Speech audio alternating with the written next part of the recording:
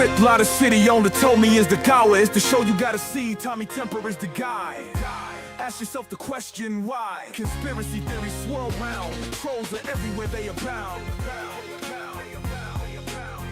They abound. It's the show you gotta see, Tommy Temper is the guy. Ask yourself the question why. Conspiracy theories swirl round, trolls are everywhere, they abound. They abound.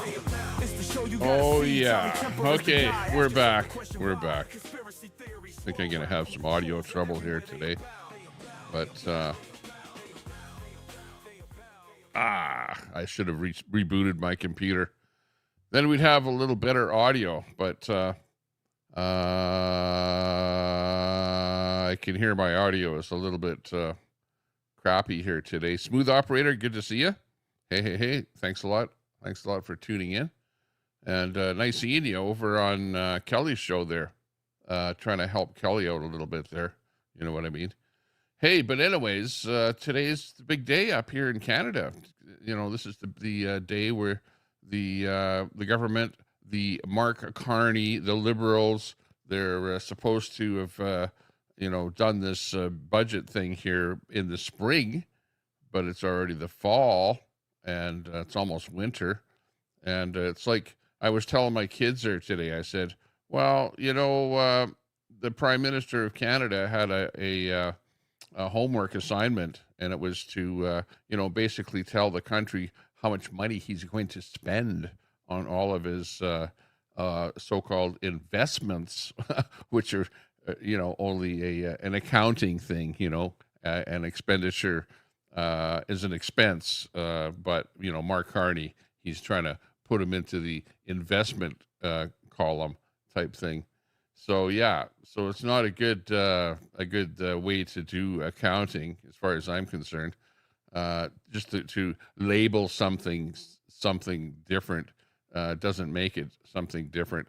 An expense is an expense. Something out the door, something that you have to spend money on is an expense. It's not an investment. You might call it an investment, but at the moment that you spend the money, it's an expense.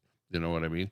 Marc Carney is sending us lots of jobs, right, to USA. Yeah, exactly. A lot of automotive jobs. Oh, my God. Well, actually, that's Trump that's doing that, Like, hey, Trump is a pretty smart guy. People up here in Canada have been taught by the leaders up here to hate Americans, hate Donald Trump, hate. They're like into this hate bandwagon because Trump is doing something to bring the jobs back home, which, hey, I can't blame them because the United States has been absolutely taken advantage of for many, many years by many countries. And lots of countries have put up tariffs against the United States so that the United States cannot do business with the United States. And but the United States has allowed free trade back the other way, with goods going into the United States. So I don't have anything negative to say about Trump. People go, oh, well, Tommy Temper, you're a Trumpster or whatever, blah, blah, blah. I'm a Canadian, okay? And some of the things that Trump is doing, we should actually be doing up here in Canada. We're a smaller country, and we've been living high on the hog off of the Americans for such a long time that now the chickens have come home to roost, so to speak, and Carney is just a very foolish person for doing everything and saying everything that he said against the Americans and against Trump. Dougie Ford is, oh my God, the most ridiculous. How did he get being into politics? He's like the worst politician in the whole country, honestly. He's like some backwards dude that he'd be better off making moonshine in the backwoods than running Ontario. He's not a conservative whatsoever. How the hell did he get elected and installed as the leader of the Conservative Party in Ontario? It's absolutely ridiculous. Smooth operator. Yeah, Doug Ford is getting the tantrums done. Yeah, he comes up with a $75 million ad, to run down Trump and to make Trump look bad for putting tariffs in. You're like, come on, like $75 million of taxpayer money is just plain stupidity. Doug Ford is the guy pouring out the bottle of Crown Royal there, and trying to blame the Americans for that when the Americans and the tariffs had nothing whatsoever with Crown Royal deciding to put their bottling plant down in the States, right? They even came up with that idea before the tariffs were even thought about. So, and then the product, the Crown Royal, is actually manufactured up here in Canada. And, he's making it look like the whole product is going to be taken down to the States there. No, the product is still going to be manufactured up in, I think, Manitoba. So, yeah, it's pretty funny. Yeah, Doug Ford is he's actually funny. He's funny. He's like we up here. Myself, I use Doug Ford for comedy, right? He's like my comedic politician, doing really stupid stuff and putting out stupid commercials and saying stupid things, and these days, the term retard has kind of come back into being vogue in people's vocabulary these days. I don't like to use that word. My father, I remember him specifically saying to me, "Don't say retard. Don't call people retard or retarded." Like that was even politically not correct when I was a kid growing up. So I don't like saying that, but the word has come back in vogue here now. Like, what the hell's the matter with people? Are they retarded or what? Like Doug Ford in particular, doesn't he have any advisors like around him that actually say, "Hey, Dougie, by the way, what you're saying is wrong. What you're doing is wrong." Like, it's going to come back to haunt you. The funniest part about the Doug Ford commercial, I don't know if you've seen the commercial, but it's the one of Ronald Reagan. But that whole ad was put together by the Chinese, by the Chinese. I don't know if the Chinese government or who it was that originally came up with that, but there's a comparison out there where the words are exactly the same coming from a Chinese ad, okay, against the United States as what his ad is, like word for word, the way it's being chopped up and whatever. So he just took that Chinese ad with the wording and he put it into his own ad, and then spent the 75. How come he spent $75 million? Maybe not on the ad itself, but maybe on the advertising dollars that he spent to get it onto the big screen there on people's TV screens and stuff like that. During the ball game and that sort of thing, and also to advertise it, whatever, all over the place. Maybe it was the 75 mil. That's where it went. But the ad itself, didn't cost all that much because he basically stole it from the Chinese. So yeah, that was the funniest thing ever to see that. The whole thing was just, what did he not think that they weren't going to be able to backtrack where that ad came from, and that it actually came from the Chinese, and that part is not really being talked about. You don't hear about that. You see the two ads side by side, the Chinese version and how it's exactly the same as his ad there, with how the chopping up happened. But anyways, Doug Ford, whatever he does, it's something that ends up being ridiculous, blows up in his face, and ends up being a bad thing. So yeah, that's the way it goes for Dougie Ford there. But anyways, I was talking to my kids there before they went to school there today, and I said, Marc Carney, the leader of our country. Sorry for the audio, by the way. Geez, I should actually reboot my computer and come back here again, and I could probably get back in here, and I hate to have bad audio here. So actually, that's what I'm going to do here. I'm going to just put the stream on pause and reboot my computer and see if I can get rid of this bad audio, okay? Because I hate hate having bad audio, and I know that the only thing I can do is reboot my computer. So just stand by. If anyone comes in here, if you're a mod in here, just tell them that because of bad audio, I had to reboot my computer. See, listen, even if I put some music or something on, you can hear how it doesn't sound great. Oh, it's terrible. It's terrible. Absolutely terrible. But anyways, stand by for the show because I'll be back.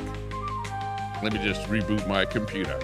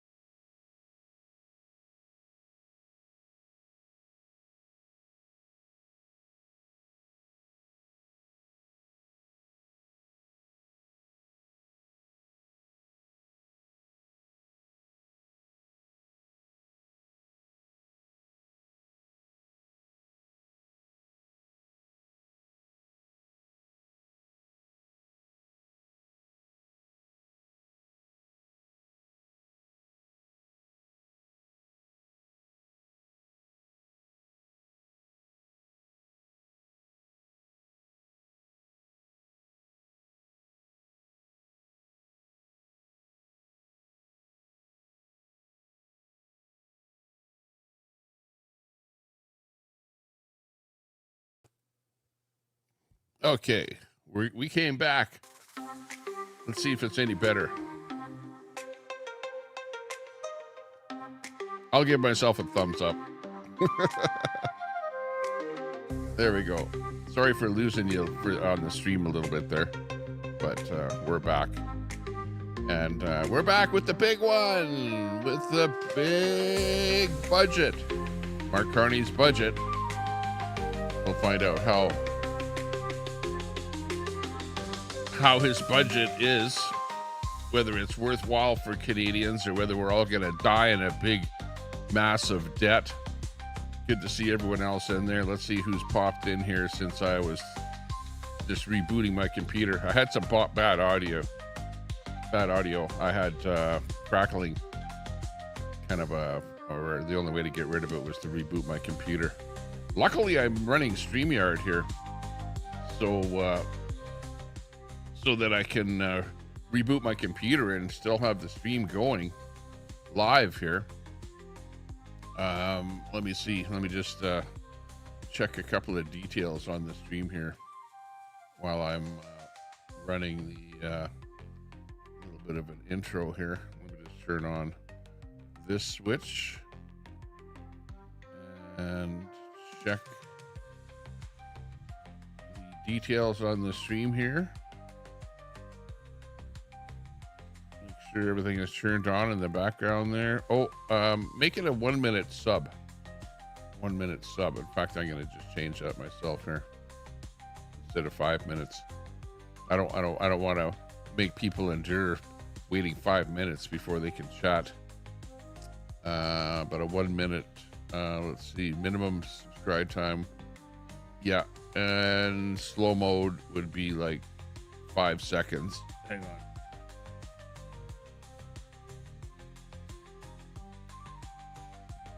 There we go.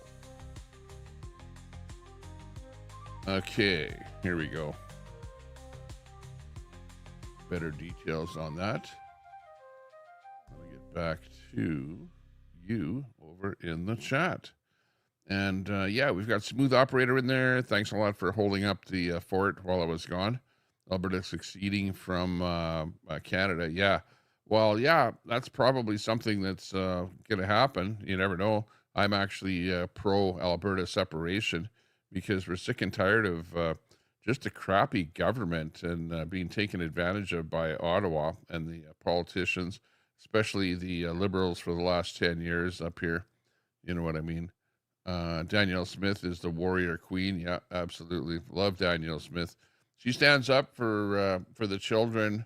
The teachers went on strike here, as you might know or have known.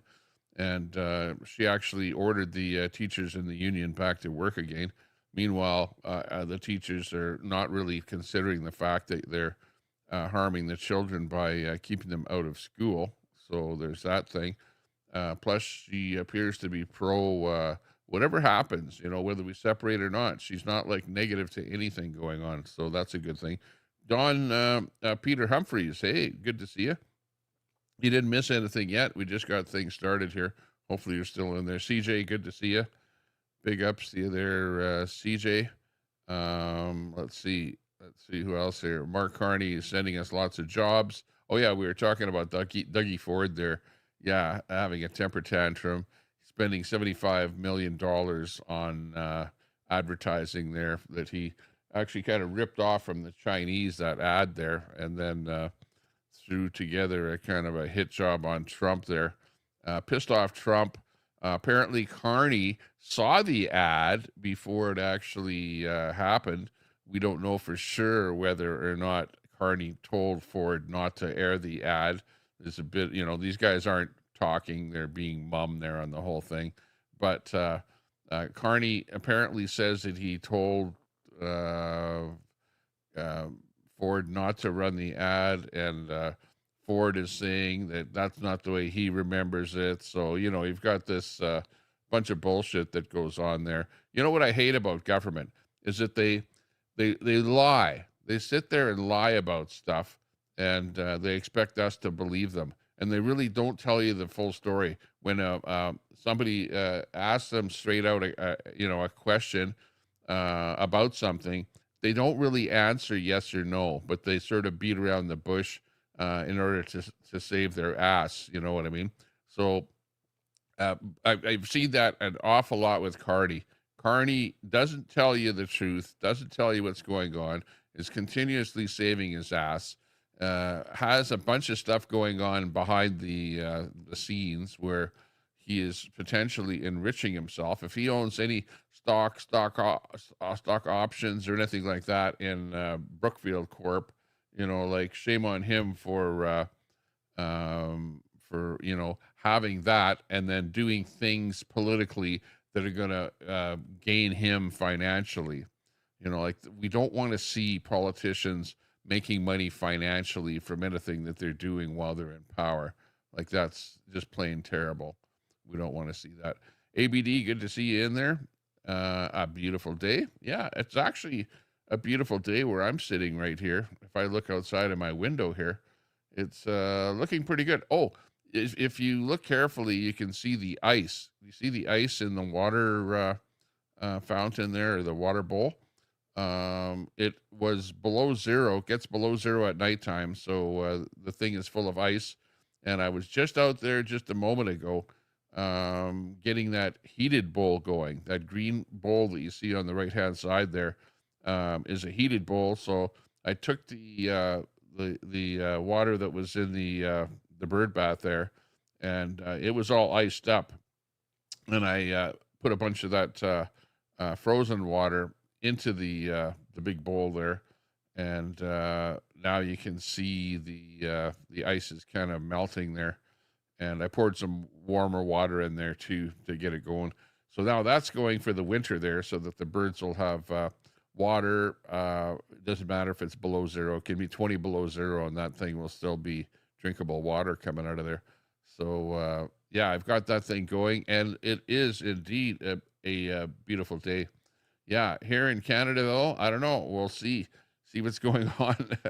We'll see if we've got somebody that can do actual math. Where you basically in life you've got two columns, right? You've got money that comes in and money that goes out.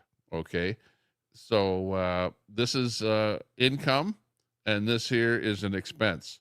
Okay, but not with Marc Carney, because Marc Carney, you've got a third column over there somewhere off in the distance called an investment, right? So it's like anything that he's apparently saying is an expense is actually somewhere in the middle of nowhere, and he's calling it an investment. So we have to look out for the term investment in his budget. All I know is that he's somehow expended out over $100 billion. Like if you look at all of the different things that he says he's going to spend money on, and they've calculated this up, and it's over $100 billion. And of course, for Canada is like California, right? Where we have the population about the size of California, but a massive country here. And we're basically keeping our minerals in the ground, keeping our oil in the ground, keeping the gas in the ground. We're not expanding any of those things in order to actually make some money. And Marc Carney is, and also we're also heavily in debt, heavily in debt. Actually, the amount that we're in debt right now is something like $30,000 for each Canadian, right? In debt right now, the entire country. Like we're literally, like up to here already in debt. And we have to pay interest because that's borrowed money, right? That's borrowed. $30,000 per person of borrowed money that we have to pay interest on here right now. Now, on top of that, Carney wants to borrow $100 billion to make good all of the things that he wants to spend that money on. So this is what we're looking for with this thing that he's coming up with, his budget, right? And we're really not happy about the whole thing.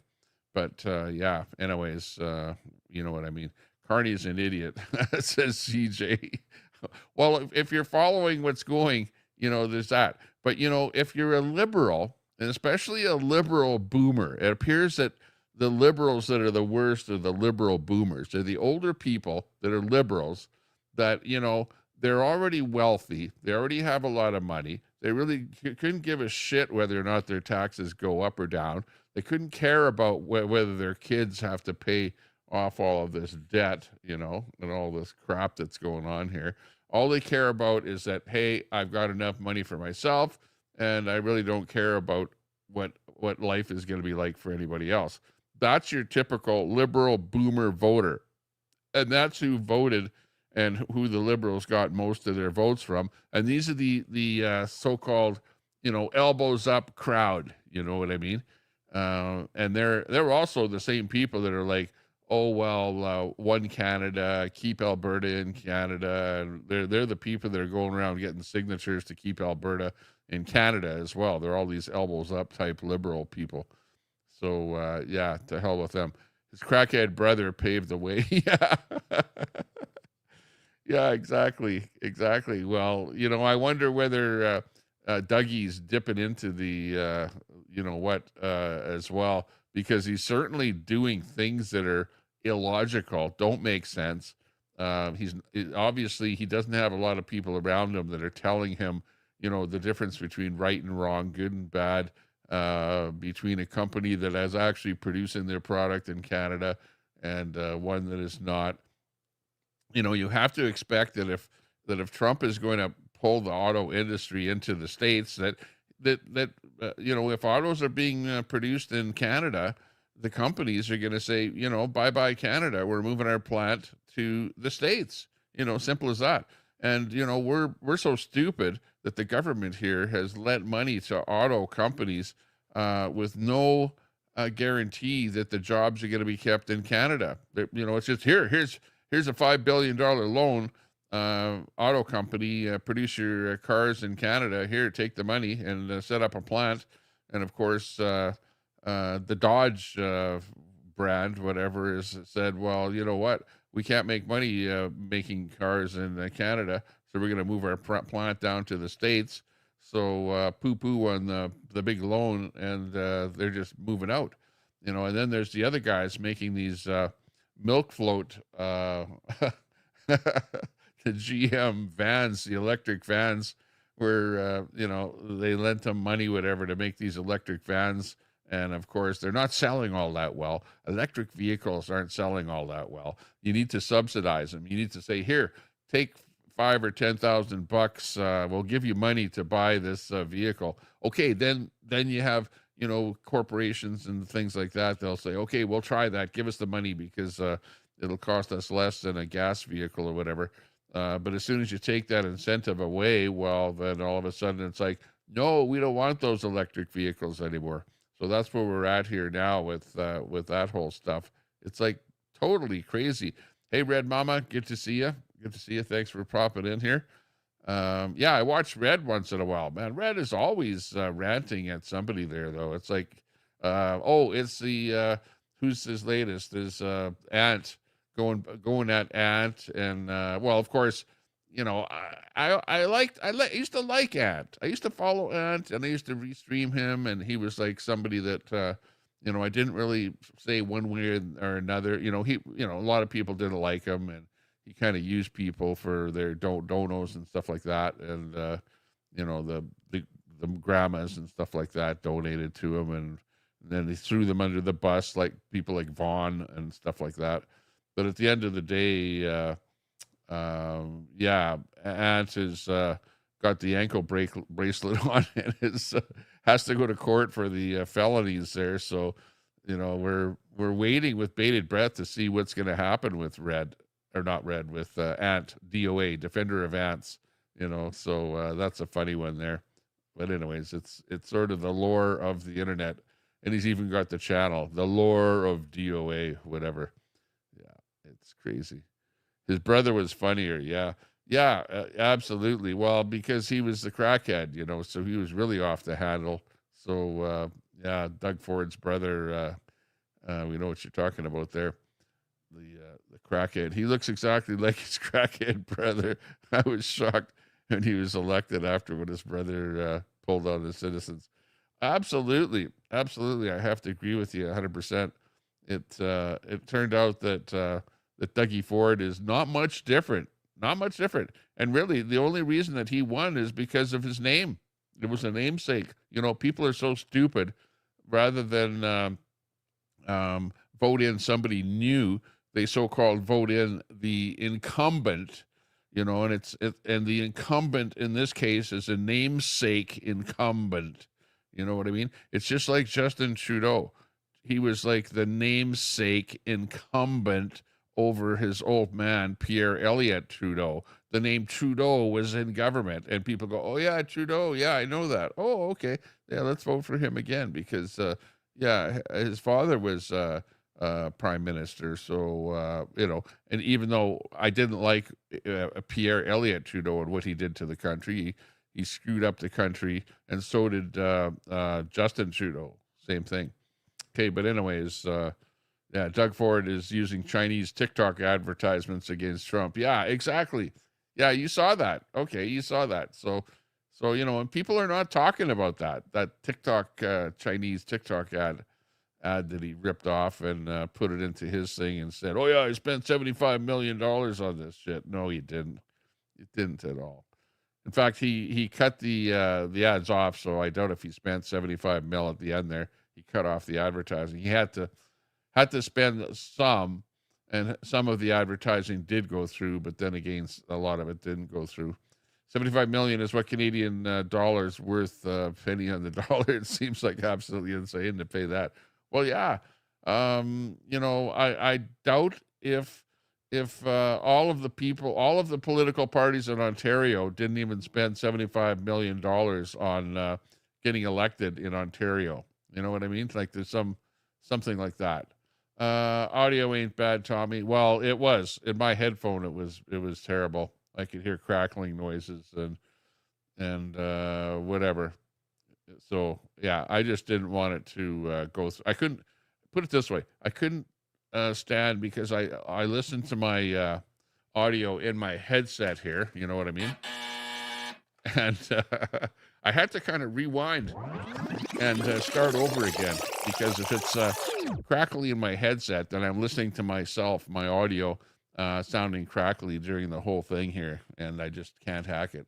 So maybe it might have been just one part of my system here because I have audio going from my microphone to my Rodecaster soundboard here, and then from there it goes to Voice Mod piece of software, and then from there it goes to my OSB broadcast program, and then from there it goes to Cable D, and then Cable D it goes over to StreamYard, and from StreamYard then it goes over on air. So there's lots of places where the audio can kind of get broken. So I don't know. The best thing for me was just to reboot and then be done with it. Canada is cooked. You guys will be better off when the Chi-Coms take over. Yeah, we're cooked. We're cooked. There's no doubt about that. I know what you mean. But anyways, sorry. Thanks a lot for sticking with us there, and thanks for that technical advert there, ABD. Nice to see you in there, by the way. Looking good. Looking good. Dimebag says, Tommy, I'm 60 bondable. I live in Edmonton and have worked all kind of customer service positions as well. I'm in steel fabricator. You know of any jobs? No, I don't. I don't know of any jobs. I'm not in the job thing there anymore where, I was, working or putting or hiring people or doing stuff like that. So sorry, I can't really help you out. Don't know of anything like that. Short of that, I know that I could probably, if I wanted to start something up, I could start up a company and get something going, but it would take a little while to get something going. For example, you could probably make some money in drain cleaning, your own drain cleaning company, because you don't have to be a plumber or anything like that to start a drain cleaning company. All you have to know is just how to take a piece of plumbing apart and have a little bit of hardware like the roto rooter equipment. You need the hand sewer cleaner, and then the kitchen kitchen one, and then the main drain. So you need about 3 main pieces of equipment there to do drain cleaning. And of course, if you can't fix somebody's drain, well, you just say sorry about that, can't fix it, and you move on to the next one, you know. But you have to have the phone ringing, and put the advertisements on Kijiji or whatever, and get the phone ringing so that you can do some stuff and start up your own gig, you know, something like that. But drain cleaning is good business. These guys charge a lot of money for drain cleaning. I'll tell you that. So that's a good business to be in, and it's a sort of a you're always going to have business, because people always have you know, bad drains or toilet backing up or something like that. But of course, it might be a dirty job, though. You know, I remember I used to get this guy to come and clean the drain, and after he was done, he'd put on some little slippers. You know, it was the funniest thing ever to see the guy in you know, elbows into the shit, and then at the end of it, put on some little slippers and whatever. Anyways, yeah. Anyways, let's move on here. The whole topic is about 2025, the Canada budget, 6 months late. The Marc Carney Liberals pretty much fail. I think they're going to be releasing this budget by probably about 1 hour from now. So we'll have to kind of be watching the feeds that are out there. And there's going to be a feed probably coming in from the government, from the Parliament buildings there. So we'll kind of watch for that. If anyone with the CPAC is the one that we got to watch for. If we see that one coming on there, then we'll put it on here. But anyways, this dude, Carney, can't do math, because really accounting has two ledgers, one on the right, one on the left, money coming in and money going out. And he's going to try and fudge it into faking it and making you think that the money going out the door is somehow not an expense, and it's an investment. Oh, it's an investment. He's investing in Canada by spending money on whatever it is that he's spending money on. So we'll have to see how that works out. Anyways, yeah, that's all I can say is if you really want to get something going, get something like that going. You know, cleaning of that, or do something else where your skills are where you can do something for people. I know that working for people in houses and stuff like that, you know, can be kind of crappy because they're the worst customers ever. Commercial customers are definitely better than your ma and pa type thing. Crime in America, hey, good to see you. Let's see what else there. Question period, not answer period. Yeah, and they're not really going to decide whether or not this is not the election. Like this is not going to determine an election today, but it will be. They're going to drop the whole budget today, and then they might talk about it just a wee bit. But basically, they're going to hash over this budget for the next week, and then have a vote on whether or not they want to approve the budget by probably about this time next week. So look for that maybe by Tuesday next week if they finished talking about it. They may make amendments to the budget as well, because if the parties don't like some things in the budget, they'll suggest an amendment, and those amendments will get incorporated, and then those amendments may very well be voted on at that time. And now a lot of people are saying, well, this budget might result in a new election, and there absolutely that might happen.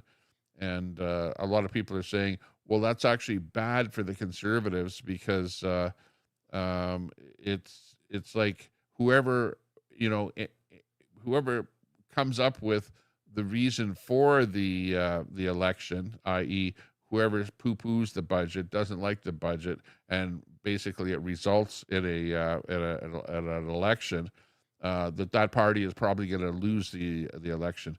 But the Conservatives right now, I think, have a little bit of an advantage, because Carney has not really done much as far as anything with the tariffs and with Trump. He's really come up with practically nothing in that realm. So, I think we're in a situation where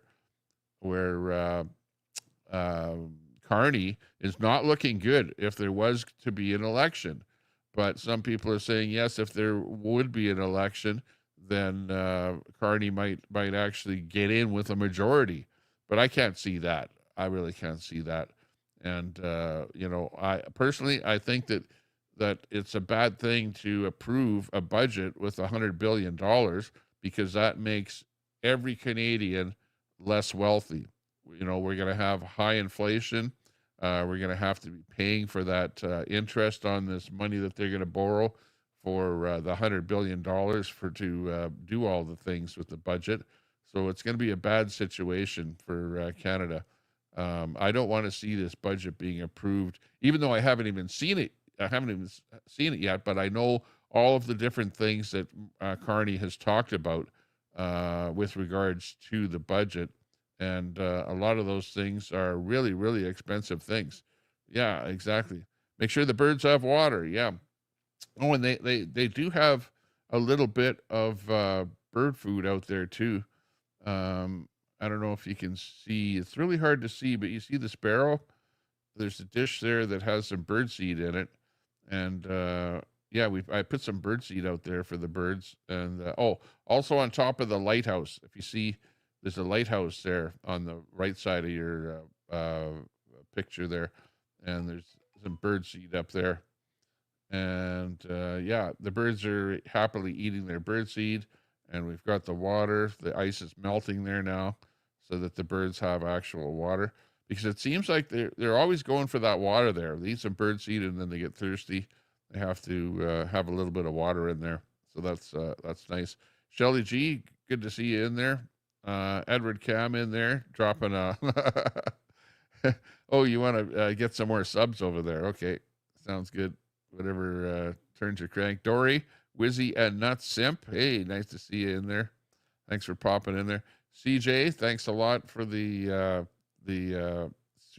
super chat. Oh, the member for 18 months. Wow, the math ain't mathing. Yeah, CJ, thanks a lot. You are one of the best um, um, supporters of my stream. I appreciate being a member. And yeah, just remember, you've got that if you click that donate button there, you have the option of not necessarily super chatting, but you can become a member of the channel here.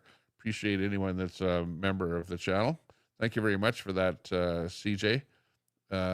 Big ups to you there. Even Botrix or Botrix there is giving you a thank for that. Thank you very much for buying membership for 18 months, CJ. Wow, really appreciate that. Speaking of other channels, did you see Charlie Cheswick and G lost their channels? No, I didn't see that. No. How did that happen, Crime in America? I didn't know that. You know what? I tried looking for G's channel and I couldn't find it because I heard that they had Matt Munson on there as a guest or something like that. And yeah, I watched Munson and Cheswick on his channel. They did something, but that was about a week or so ago, and that was the last that I heard. So what happened that caused them to lose their channels? That sounds interesting. Hey, Dot's Cancer Journey. Hey, Dot, good to see you. Thanks for popping in and saying hello. Really enjoy your company here today. Big ups to you for popping in here. And yeah, looking good. Okay, so I'm at the end of our of the people in the chat here and the comments in here right now. Got a few people watching on X, on Facebook, and on YouTube. Looking good. Let me pull some more stuff up here from what's happening here today. Let's see. Oh, Canada. Everything you need to know about Canada is okay. This here is the business about how bad we are as far as our situation here at the moment. Right now, we are about 1.28 trillion in federal debt. Okay, to where I say each Canadian owes about $30,000. That's where this 1.28 trillion comes from. If you take that and you divide it by the number of Canadians, every Canadian owes about $30,000. About 128 trillion. But Marc Carney wants to increase that by another $100 billion. And we're already in debt. What we want to do is we want to balance the budget. We want to lower the debt instead of every year keep on increasing and increasing and increasing it. It seems like we elect these people into government and they know nothing about actually balancing the budget. And this is what we end up with is people that Carney is no better, and he's supposedly some kind of a business person, and a business person knows that, okay, you do have to borrow money and invest in things that actually produce money. But I don't know that he's actually investing in things that are going to produce income for the country. You know what I mean? It's like, what did Trudeau do? He went and brought in so many different government jobs, and he's pretty much doing the same thing. Marc Carney, with he's not doing anything for Canada for where we're going to actually increase on the income scale. You got to increase the income in your country, and like at least what Trump is doing is the right thing, because if he's bringing jobs,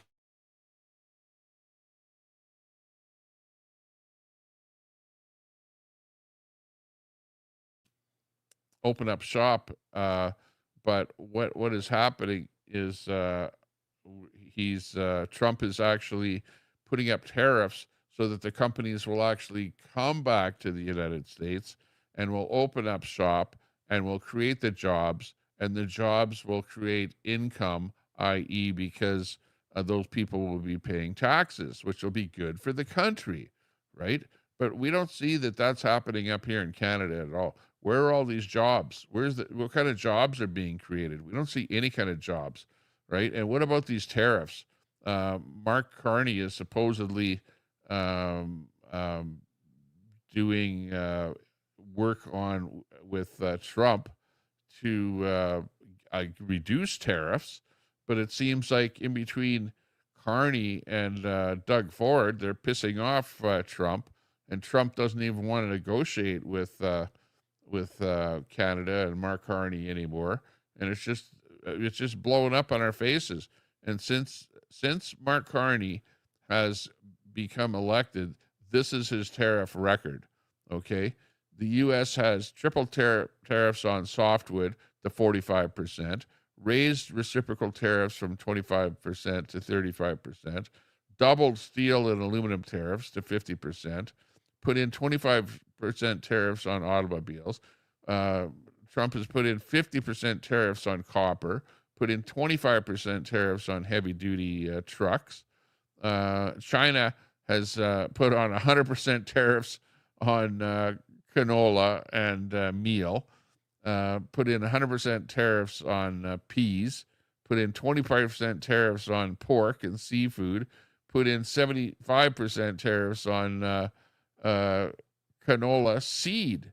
India has put 30% tariffs on yellow peas. So, he goes gallivanting all around the world, Marc Carney, saying, oh, we're going to get more business with other countries, and it seems like he goes to China and then ends up backfiring, goes to India and it backfires, goes all over the place, and it's just backfiring like crazy. There's been hikes on stuff all over the place. Where is the reduction?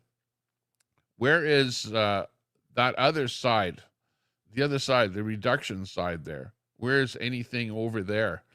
Okay. Marc Carney has done really, in my mind, not a whole lot for Canadians. Not a whole lot at all. In fact, the jobs are drizzling out of Canada, going to the States. This is what's ending up happening. It's like freaking crazy. Absolutely crazy. Gaptooth Girl, hey, good to see you. You have to type in exclamation mark link, and then you'll see that come in there. Yeah, I love it when Don't call me a chud, Edward Cam. There, you'll get a timeout for calling people names in here. It's always the lefties like you, Edward Cam, that end up calling people names because, other than a troll, I might call you a troll, Edward Cam, but it's only because you are a troll, you know. And yeah, I'm not a chud. So you guys, it's a derogatory term for you to say or to call somebody a chud. So don't do that. Doesn't make you look good using terminology like that. All you guys do is like to call people names, right? Now here's a liberal post, okay? Because the guy that's against Marc Carney is called Pierre Polyev, and here's a liberal post on X. It's showing, oh well, here's Marc Carney. He's qualified for the job. Look at all of his qualifications and experience. Bank of England, Bank of Canada, Brookfield, blah blah blah blah blah, all the way down there. Supposedly, Marc Carney is the man for the job. He's going to negotiate the very best situation with tariffs and Trump there. And poor little Pierre Polyev there hardly has anything under his resume. He's just basically a politician and, not a whole bunch going there. But you know what? I think he's a lot smarter guy than Marc Carney, because he can definitely talk circles around Marc Carney. Marc Carney is forever telling lies and not telling the truth. He's unable to really negotiate anything. All he is comes up with slogans like elbows up, which ends up backfiring on him. So, but here's the liberals out there trying to show the world how terrible that Pierre is because he doesn't have the qualifications to run the country. So you better elect and you better have in power somebody like Marc Carney, who's like the Brookfield dude, that has shares and whatever stuff like that in Brookfield, or share options, that sort of thing. Maybe not shares, but share options. We don't even know what he has because it's all hidden. It's like blind trust and all the rest of this. But you know that he was big and has an awful lot of controversies going on there. But anyways, the liberals don't like Pierre, and they're going to definitely do stuff like that to make him look bad. I don't know. Here's one here that this shows what the federal government looks like as far as employees. And this is going back. Oh, you can't, hang on. You can't see the bottom of that here. Hang on. Let's go back a little bit here. Oh, hang on. Let me just pull this out here.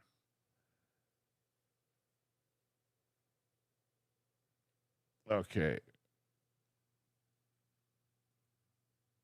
Here we go. Okay, I just had to reset this a little bit here. Okay, so this is a chart of federal public service employees. This is our government, okay, federal government. And this is how many employees over a period of time. And Trudeau and the Liberals have been in government there since 2015, the beginning of this graph here. And you can see how massive that the number of government employees has gotten to. Like, what the hell is going on here? Why do you need so many employees in the government? What the hell? Where are all these jobs coming from? And you know what? This is how the government says, oh, well, the number of employees has really increased, and we've really put a lot of people to work in Canada. But where does the income come from to pay for these government employees? And you guys have the same problem. And in the States, you guys hired Elon Musk to come up with this Doge thing, to clear out the garbage in the federal departments. While here, it's nobody's done anything. It's actually gotten to the point where there are so many government employees that it's actually killing our country. We're paying for these people via our taxes. This is where else are we getting money from to to pay for all these people that are on the dole. And it's like gotten to be 367,000 people are working for the government. And Pierre said, hey, that one of the things, if he gets elected, is he's going to slash the number of people that are government employees. And of course, the riding that he was running in was in Ontario, where a lot of government employees worked. And that's one of the reasons that he didn't actually win in his own riding, is because they went, no, we don't want to see any of these government jobs trashed. But now Marc Carney is saying, well, I'm spending so much money on all these things, we're going to have to cut back on government employees. So even Marc Carney is now going to do the same thing that Pierre said that he was going to do. So it's like it's the same thing as cutting the carbon tax. Pierre came up with this whole thing of cutting the I don't know what you call it, the personal tax, like on gas and stuff like that. And like axe to tax. You guys saw me with my signs here. Where's my? Let me pull one of these signs up here. Hang on a second.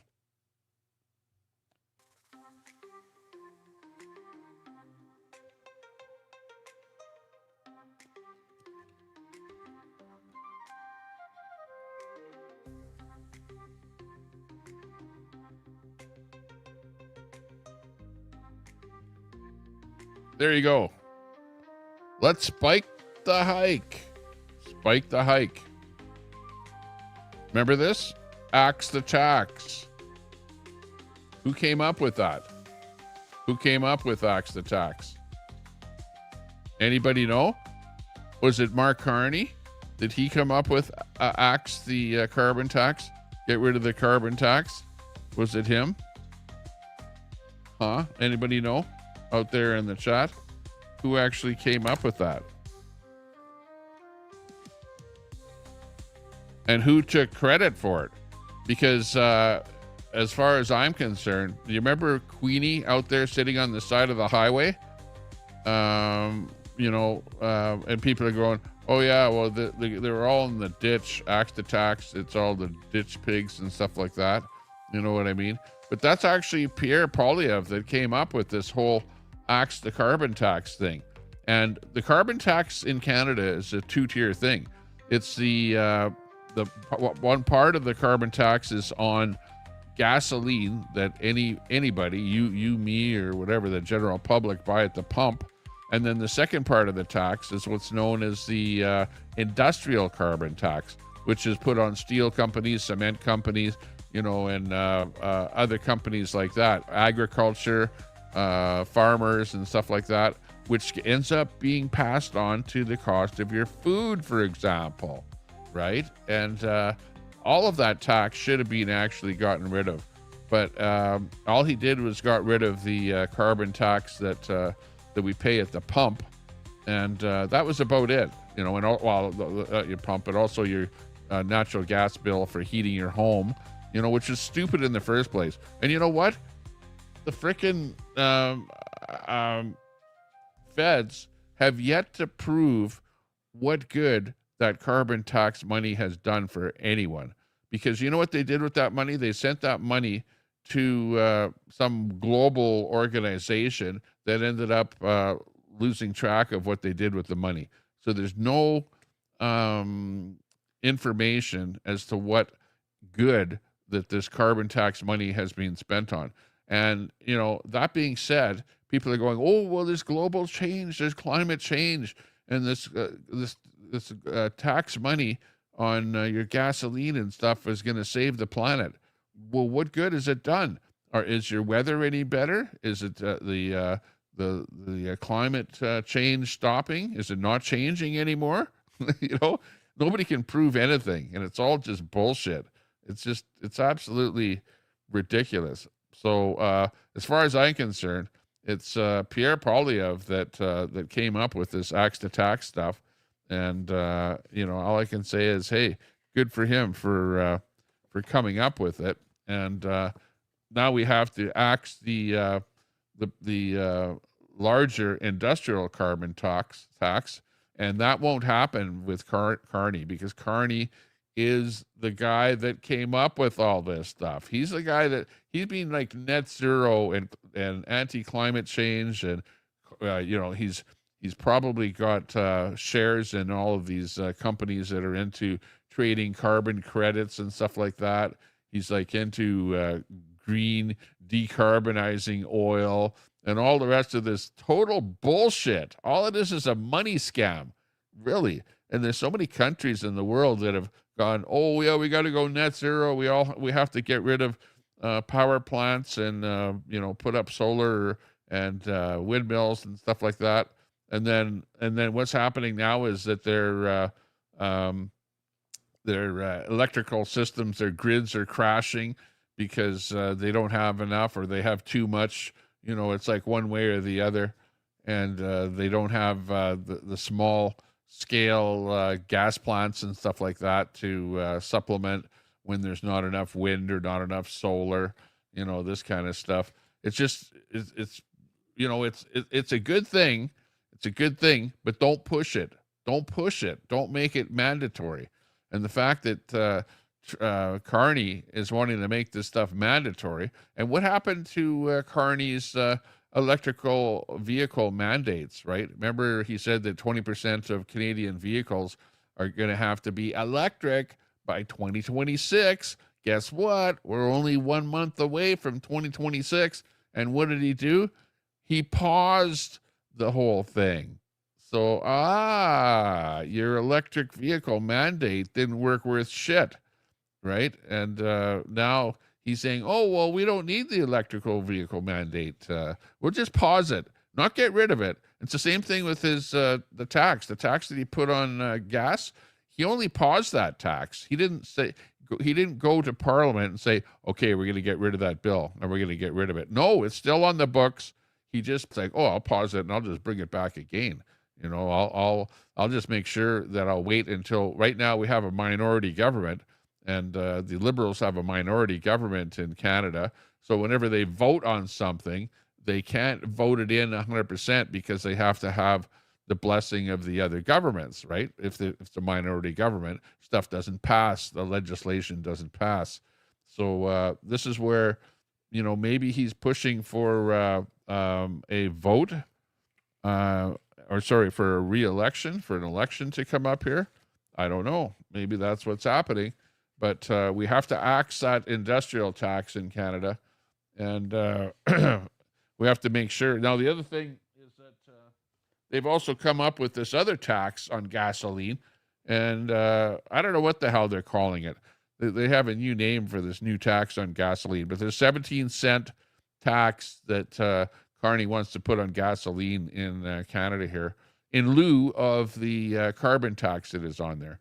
So it's all this bullshit stuff is going on here with our government. And I personally do not like it. Do not like it at all. So it's not a good situation. We're waiting for the drop of the budget, and it should be coming in here in about another half an hour. But just in the meantime, we're just going over some of the stuff here that's happening. There are people, Eleanor Olazensky says, as an Albertan, I know families in our province that want a fair shot, good jobs, a safe home, and a strong economy. And apparently that's what the Budget 25 is all about. But is it? I hope Conservatives will come to their senses and support it tomorrow. So what? This is like craziness here. Let's listen to this. This is like a Liberal coming up with this bullshit here. Let's hear what they have to say. Minister for Emergency Management and Community Resilience.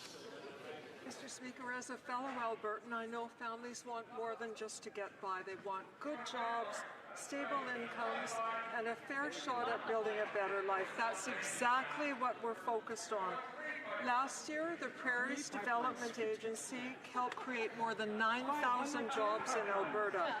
Budget 2025 keeps that momentum going. Conservatives can support it and help grow Alberta's economy, or keep voting against the opportunities that Albertans and Canadians deserve. Oh, yeah. Yeah. So that's from the Liberals, where they're like give themselves pat on the back for doing such a good job for all of us Albertans here. I don't know what kind of jobs that they created in the area here. I don't see it at all. I see that in Alberta we have actually a loss of jobs. We have about 8.5% unemployment, and things are actually not going all that well. In fact, even in the chat here, you saw where we have people in our chat here that are looking for jobs. Gaptooth Girl, hey, good to see you. We got Gra in there. Hey, good to see you. Looking good. No child should suffer violence. Yeah, exactly. Yeah, Gaptooth Girl, good to see you. Yeah, I haven't seen you live in a while there. I used to, see you go live and whatever, see you riding horses. And I remember your lives where you used to go riding on your horses and stuff like that. I used to like that when you were doing stuff like that. And then you had your dogs in there and stuff like that. Kind of a real humanitarian with the animals there. Good to see you in there, Gaptooth Girl. Quack 13 in there, looking good. Coming in from Edmonton. Nice. We'll have to meet up again there, and we've got some more people from Edmonton here. We'll have to have another meetup one of these days, and maybe a bar or something. Go for a few beer and stuff like that in Edmonton here. Any of the people that watch from Edmonton here, but good to see you. Grass says, I told my girl I saw a deer on the way to work. She asked how I knew it was on yours way to work. Yeah, actually, I saw a deer outside of my place in Sylvan Lake, and I took a picture of it. It was right outside of my front window there. There was actually four deer walking down the street, right in front of my house there, and the deer went over to the guy's place across the street who had an apple tree, and those apples, fell on the ground, whatever. So they knew that those apples were there. And I talked to the guy, and he says, yeah, they're about every couple of days they come over, walk around the neighborhood and eat the apples and stuff like that off of the trees or on the ground there from the neighborhood. So there you go. Gasoline is 209. Yeah, well, that would be nice. Gasoline here is about 117 a liter. I don't know, Quack, you probably maybe know there too. I saw it 117 the last gas station I looked at in Sylvan Lake. Probably a little bit less than that in Edmonton here, maybe $1.10 or something like that. I don't know if you could buy it that cheap, but a liter. So what have you got? Four some odd liters per gallon. So we're still very expensive for gasoline up here in Canada, even though we're literally sitting on oil. It's like I see oil pump jacks pumping when I go driving. When I drive down the highway, there's like a row of pump jacks pumping oil, and you see them all over the place. You go in the backwoods or on the side roads and stuff like that, and there's oil jacks pumping all over the place. So the oil does come from where we're at here, but yet we pay through the nose for Alberta oil here. And a lot of what we pay is taxes. We're being taxed to death here, it seems. Unbelievable. Here's our typical Canuck here. Hang on, let me just get this down a little bit here. Here's a little meme here. This is what it's like living in Canada. We're pretty much, when it comes time to do your taxes at the end of the year, it's like, a lot of taxes and not much income. And you can see that chart behind her there where things were looking good until the Liberals got in power, and then the whole economy crashed, and we're like living paycheck to paycheck here now. And it's actually gotten worse over the last 10 years. That's why we need some change here now. And with Marc Carney, when you borrow $100 billion for all of your so-called investments, you have to take out loans for that, and then you have to pay back those loans. So what, you want us to be you're going to get rid of a few government jobs. Yeah, okay. that'll save a little bit of money. But how are you going to come up with the rest of the money? Well, I'll tell you what, he's probably going to increase the GST. Now, the GST up here in Canada is a federal tax that everyone pays for anything that you buy. Okay, there maybe there's a couple of items that you don't pay GST on, but the vast majority of things that you buy in Canada, you have to add on an extra 6% GST, gouge and screw tax, we call it. And you can very easily increase that to 7% or 8% or 10% or whatever. There are some countries where that GST, just an overall tax that from the federal government on every item that you purchase at the till, where it's added onto that. Keep in mind that some places here in Canada, you have what's known as a provincial sales tax, like in British Columbia or in Ontario. So you've got the GST, the PST, and then you've got the taxes that you pay when you work, that they take the taxes off your paycheck. It's gotten to be ridiculous here with the amount of taxes that we pay, just like crazy. So yeah, that's the situation that we're in here now, is that taxes are going up, and people are hard done by right now with the way taxes are right now. Yeah, you might have to win the 880 million tonight. You know what? Speaking of the lottery, I was investigating Bitcoin mining, okay, or mining. You know how you can buy like a standalone computer that's called a Bitcoin miner, okay, and you can get them that will solo mine, or that will mine for X number of dollars per day, for example. Okay. Just do if you're interested in the lottery, then what you want to do is you want to set up what's known as a solo Bitcoin miner. Okay. And all you do is you buy the box for $200 or whatever. Instead of buying a bunch of lottery tickets, just save up about $200 or $300 and buy one of these Bitcoin miners, okay, a box. But set it up so that it's on a solo Bitcoin miner, so that you don't make any money off of it at all while it's sitting there chugging along, and it produces a little bit of heat, so it'll heat up your computer room there and keep your feet warm or whatever in the middle of winter. But what it is that it gives you a chance to win 3 times, like 3 point something times whatever the Bitcoin is at the moment. So let's say the Bitcoin right now is $100,000. So you would win $300,000, 3 Bitcoins, if you actually won. Okay. And if you're mining, you have a chance every day to win that 300,000. So look into solo Bitcoin mining, because it's like entering into a lottery that runs and chugs along in your house doing Bitcoin mining, because you need these Bitcoin miners running to make the Bitcoin system operate. Okay, but instead of getting paid with a little bit of residual Bitcoin, you are entered into a draw to be able to win that Bitcoin. So check it out. Check out Bitcoin mining, and especially solo Bitcoin mining, and you'll see what I say.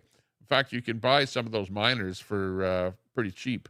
But of course, the hash rate that your Bitcoin miner mines at will give you more of a chance to win. So the bigger the box, the more money you're spending on the box, and also the more electricity that you're using to run the box will give you more chance of winning that Bitcoin. So check into it. You'll see what I mean.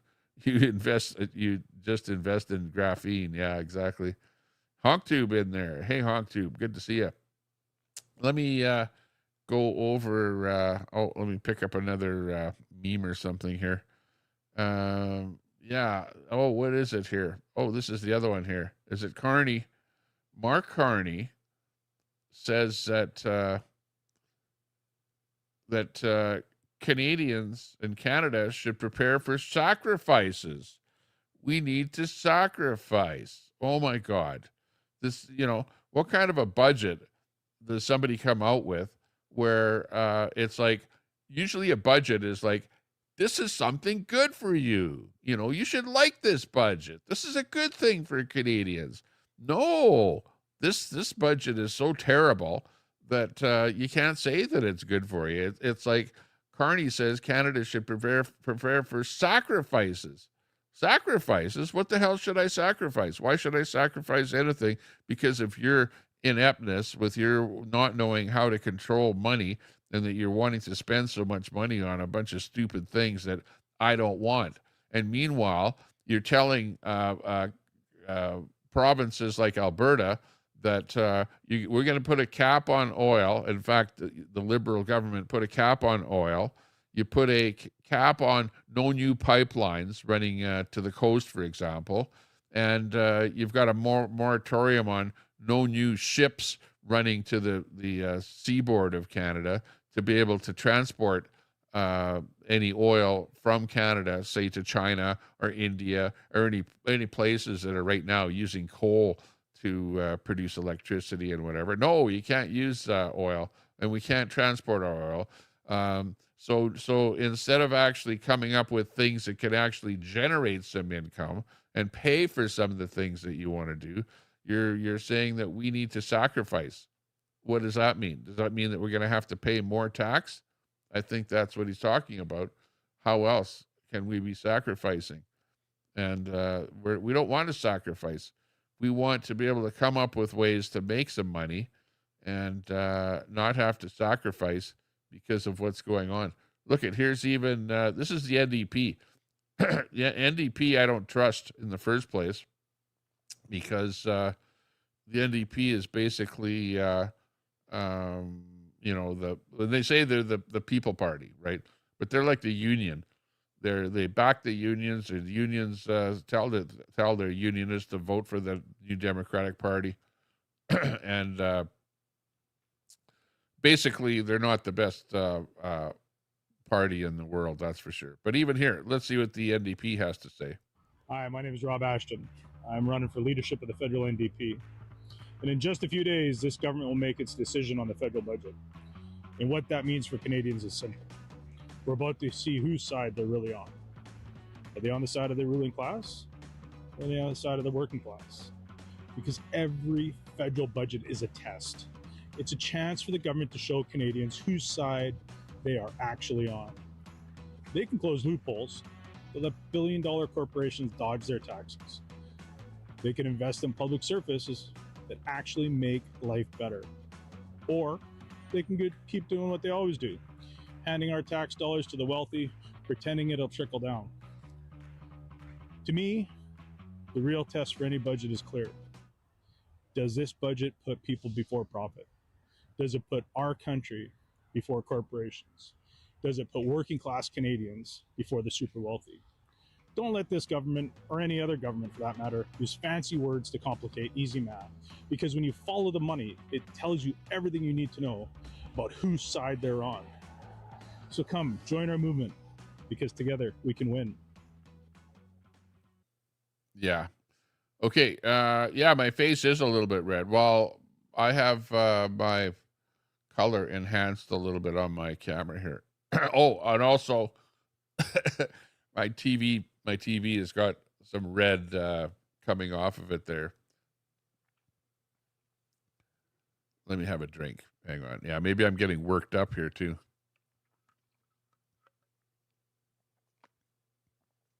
I have a fall scene on my TV here with a lot of red coming off of my TV set here. But yeah, no, I'm getting worked up here. I definitely have a red face here. No, I'm not saying vote NDP, but what I'm saying is that the NDP don't like the budget. The Bloc doesn't like the budget.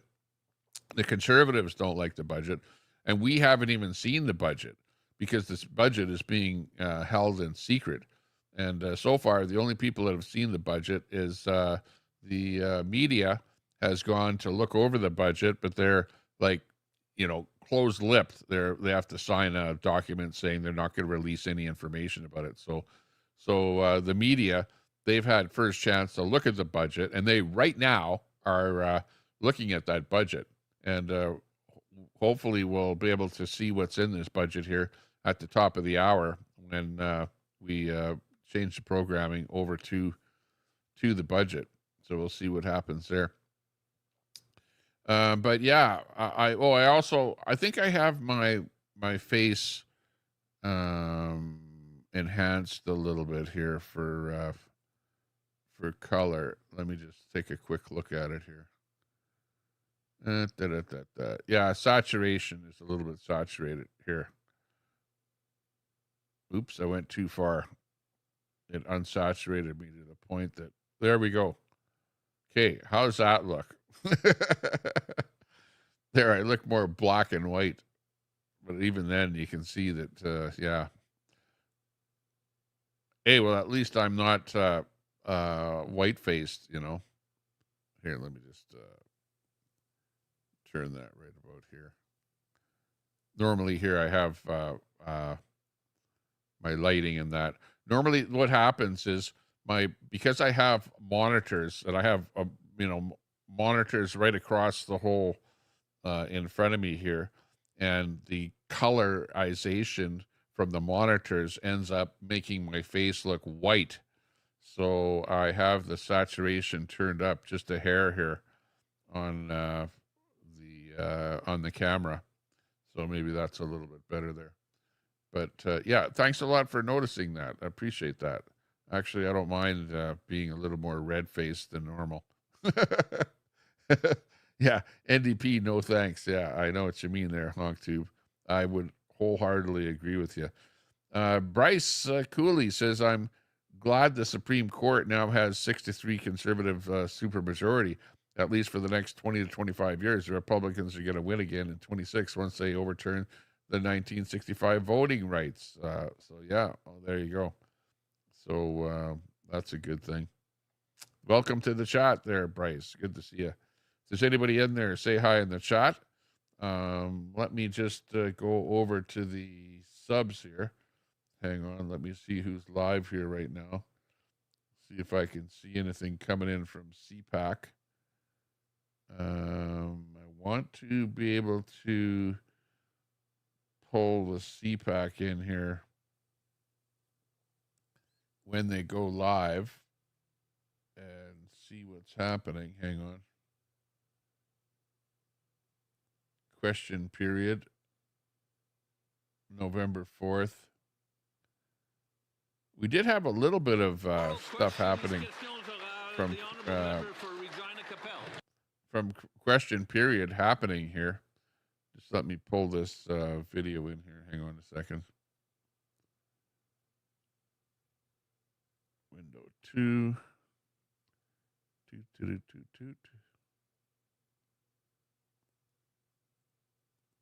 We'll just get this over here.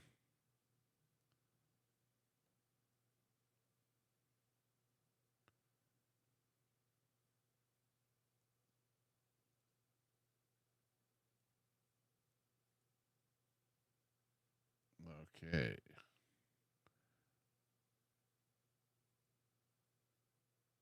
Oh, hang on a second here. I just have to change it a little bit here. Hang on.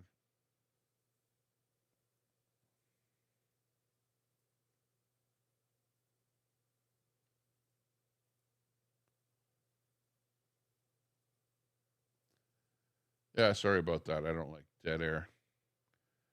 But I'm trying to get this thing set up here for this live that's going to be happening here pretty soon.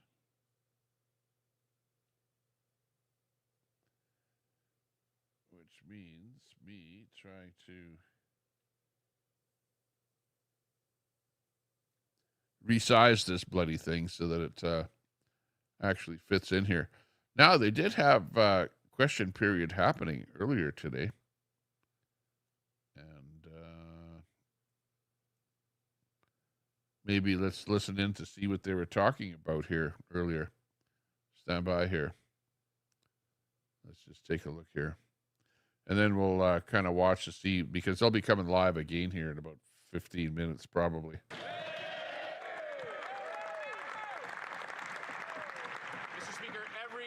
this Liberal government spends comes out of the pockets of hardworking Canadians in either inflation or tax hikes. And today we'll find out just how many dollars this government is going to take out of the pockets of Canadians. There's going to be one difference today. After today, every tax rate, every piece of red tape, every rule, regulation, and every bit of wasteful spending will be exactly how this Prime Minister wants it. Conservatives have been clear.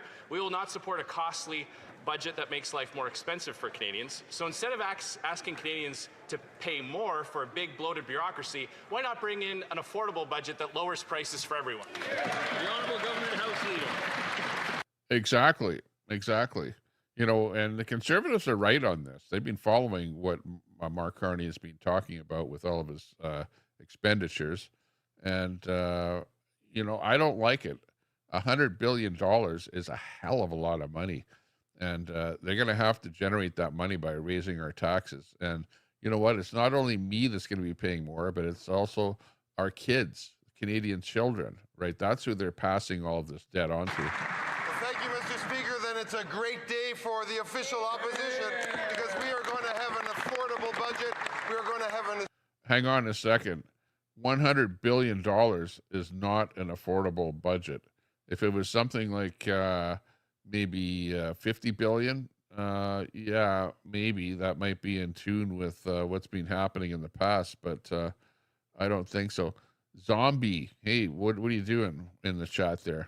Historic budget that creates opportunity for young people and Canadians from coast to coast to coast, building this country, making sure that government works for people, invests in their communities. And Mr. Speaker, we look forward to having the Conservatives support this great budget. Yeah, but what I see is a carbon tax. I see taxes on gasoline. I see no new pipelines, no jobs for us here in Alberta. You're capping everything. You're not wanting us to expand at all. You're just pissing people off. Where the hell are all these jobs? I don't know what the jobs are. You've got a whole bunch of automobile jobs that are actually leaving Ontario and moving to the States. That's what I see. The Honourable Member for Regina Capel. That would be an 11th hour change because this government has been telling young Canadians that they're going to have to sacrifice more so that government gets bigger and bigger. They even try to deny that their hidden taxes on food makes life more expensive. They call those hidden taxes imaginary. Let me tell you, the farmer that has to pay the industrial carbon tax on his new equipment or on the fertilizer he buys has to pass those costs on to Canadians, and food prices go up as a result. He doesn't have the option to not pay the industrial carbon tax on farm equipment and fertilizer. So a concrete measure to help bring prices down would be to scrap the industrial carbon tax. Will they do that today? That's right. That's exactly what I was saying earlier. Exactly. Okay. They have this, when we said axe the tax, we meant all of the carbon tax, not just what you're paying on heating your house, on natural gas, and on gas that you buy, you know, to run your vehicle, your car.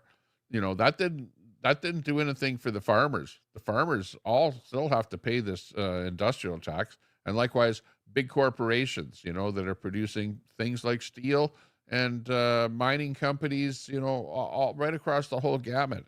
They're all paying this industrial carbon tax. It's ridiculous. And where's that money going? What is they're giving it to the globalist elites of the world, and then we don't know where the hell that money is going. You know, I don't know where is it going for equity in Nigeria or something. We don't know where that money is going. The Honourable Government House Leader. Here we go again, Mr. Speaker, with these imaginary taxes. There is no tax. Hang on. Imaginary. See, this is how stupid the Liberals are. They come up with this industrial carbon tax, and then you point out their industrial carbon tax, and then they say it's an imaginary tax, even though we have to pay. You know, these people are so foolish, they should be kicked right out of office, and he should be fined for lying.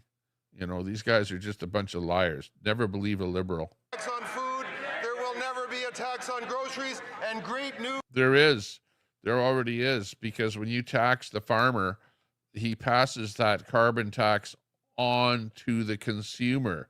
when you buy some carrots grown in Canada, potatoes grown in Canada, corn grown in Canada, wheat, all of that stuff has a component of carbon tax in it.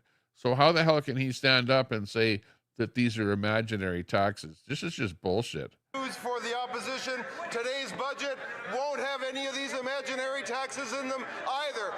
Because those taxes are already there. You're already taxing us. Sure, this budget won't have that tax in it because the tax is already there. Budget will have our historic investments in young people, in building this country, in building communities, and in making this country stronger, Mr. Speaker. Yeah, right. In modular housing. And who's going to build the modular housing?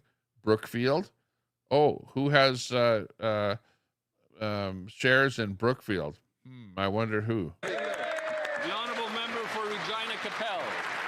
Farmers can call up CRA and say that the carbon tax on farm equipment and fertilizer is just imaginary, or maybe they can write imaginary checks to pay for them, Mr. Speaker. But it's there's the point right there. Why are they lying like that and saying that these are just imaginary taxes when they're not? They're absolutely there. We're absolutely paying for it. And why is it that the Liberals can stand up and are, the politics just, it's sickening to see this crap. Absolutely sickening. It's not just the industrial carbon tax that's driving up food prices, it's also the Liberal fuel standard. When truckers take the food from farms to factories to grocery stores, they can't tell Revenue Canada that those taxes are imaginary. They have to pay that extra 17 cents a litre. So again, to help bring prices down for working Canadians, why not scrap the fuel standards that are driving up food costs? Absolutely. The Honourable Minister of the Environment and Climate Change. Mr. Speaker, this is more about the talk of imaginary taxes coming from the other side. But climate change. Here's the federal, they're actually paying this woman to tell us about climate change. She's the one that is the face of Canadian climate change. Oh my God. You know what? If you want to talk about clean fuel regulations, you don't even have to just take my word for it that's not a tax. You can check the Canola Digest because they point out this provides opportunities for farmers. When we're talking about biofuels, this is an important place. It's an opportunity for... What the hell is she talking about? She doesn't even know what she's talking about. Canola? What does canola have to do with climate change? They want to sell some canola to China. And if it wasn't for Carney and his misdealings with the tariffs, we wouldn't have all of these tariffs on canola. The farmers can't even sell their canola to China. What are they going to do? Make gasoline with it? Is that what she's trying to say? For canola farmers, I hope that they support it, and I hope they support our budget. She didn't say anything about climate change. And so far, I haven't seen any of this money that they're collecting off of us where it has done any good whatsoever to change the climate, period. The Honourable Member for Louis Saint Laurent at Kiawenrak. Mr. Speaker, in less than 2 hours, the budgets will table their 10th deficit. In 2015, they were elected by saying 3 small deficits and no more deficits after 2019, but the reality was that the debt has doubled under the Liberals. The cost of housing has doubled under the Liberals. And the Prime Minister told young people, you'll have to sacrifice even more. Mr. Speaker. And you know why housing has doubled? I'll tell you why. Number one, they brought in so many immigrants, okay, that it has put upward pressure on rental prices and on housing prices in Canada, okay? Plus, they have added so much to the deficit and borrowed so much money and made the Canadian dollar worth so much less and increased inflation, which, of course, inflation has pushed up the price of housing. So, it's all the Liberals' fault. Because all you have to do is look at a graph comparing the Canada to the United States, and you'll see where our housing prices have just shot up like crazy, whereas Americans have gone up slowly, and it's all because of Liberal mismanagement. Instead of asking young people to sacrifice their future, instead of having an expensive election, why not have an affordable budget for an affordable life for Canadians? Because the elbows up boomer liberals elected Marc Carney, and his it's going to be massive mismanagement where he's going to just spend a whole bunch of money on a whole bunch of stuff that we don't need, and it's not going to be good for Canada. We're going to end up being losers big time, and the taxes are going to go up. We're going to have more inflation, and it's actually going to be worse for Canada. The Honourable Leader of the government in the House, the member across the way, will have a great day today because, yes, we'll have an affordable budget that protects the most vulnerable, that invests in our youth, that invests in our world, that invests in communities from coast to coast to coast, a budget that will create opportunities, that will build our country, to build the strongest G7 economy. So I would like to... What are they going to build? Like I've heard right from Carney's mouth. The only thing that he says that he's going to set up a government department. He's going to set up a government department, which is going to cost millions of dollars to run, that has something to do with pipelines. He's setting that up in Calgary, right? So far, they've done nothing other than spent money. Then he's going to set up another government department and spend millions and millions of dollars to come up with a plan to build so-called modular housing. And I think that we did a division of how much money he's spending to how many houses he wants to build, and it was something ridiculous, like $1 million per unit or something. And he wants to build them at what's called modular housing. Now, what the hell is modular housing? It's some kind of trailers or something stacked upon each other. It's going to be rentals. It's not going to be any kind of housing that people are going to buy. It's all going to be rental housing, and it's going to be built on government land that's owned by the government right now. We've got a situation in British Columbia where you've got a whole swath of land in Richmond there that's been basically taken over by a native band, and the government's lawyers and the justice system has said, no, this is native land, so you have to give this land back to the natives. They're going to control this land, and fee simple title is not going to give you ownership of your land, but the ownership is going to have to be given back to the natives. So we've got an awful lot of problems here in Canada. Ask the member to support us today. The Honourable Member for Louis-Saint-Laurent, Aquinnah-Winrac. Mr. Speaker, all Canadians want a budget that will protect their cost of living. People are hurting with regards to food. Inflation has doubled the price of some food. 2.5 million Canadians have to go to food banks. The Prime Minister was voted by saying he would be... And this food bag thing, it has gone up like crazy under Trudeau. You know, like if you look at the numbers of people going to food banks, it has just gone up and up and up and up and up every year. The more people that you see out there on the streets living in tents and just tent cities and stuff like that, those are the people that are going to the food banks, but it's also people that are working that aren't making enough money to even put food on their plate. They're having to pay for rent because rent has gone up so much under the Liberal government, and it's ridiculous. Judged on the cost of food, and after 10 years of Liberal governments, Sylvain Charlebois, a professor, says that if we have a look at the G7, we are currently the only G7 country that has had 4 consecutive months of food price increases. Will the Canadians finally have an affordable budget? Yeah, like 2.5% food increase in 1 month. That was the latest increase, 2.5% food increase prices in 1 month. Like this is like, I feel like we're in Russia or something, you know, where interest rates are 20% capped by the government, food prices are going up. We're not in any kind of a war, but we are in a war. There's some kind of an economic war that's happening in Canada here. And holy geez, we're being taken to the cleaners. What's the matter? And it's all the federal government's fault because the provincial government can't control something like this.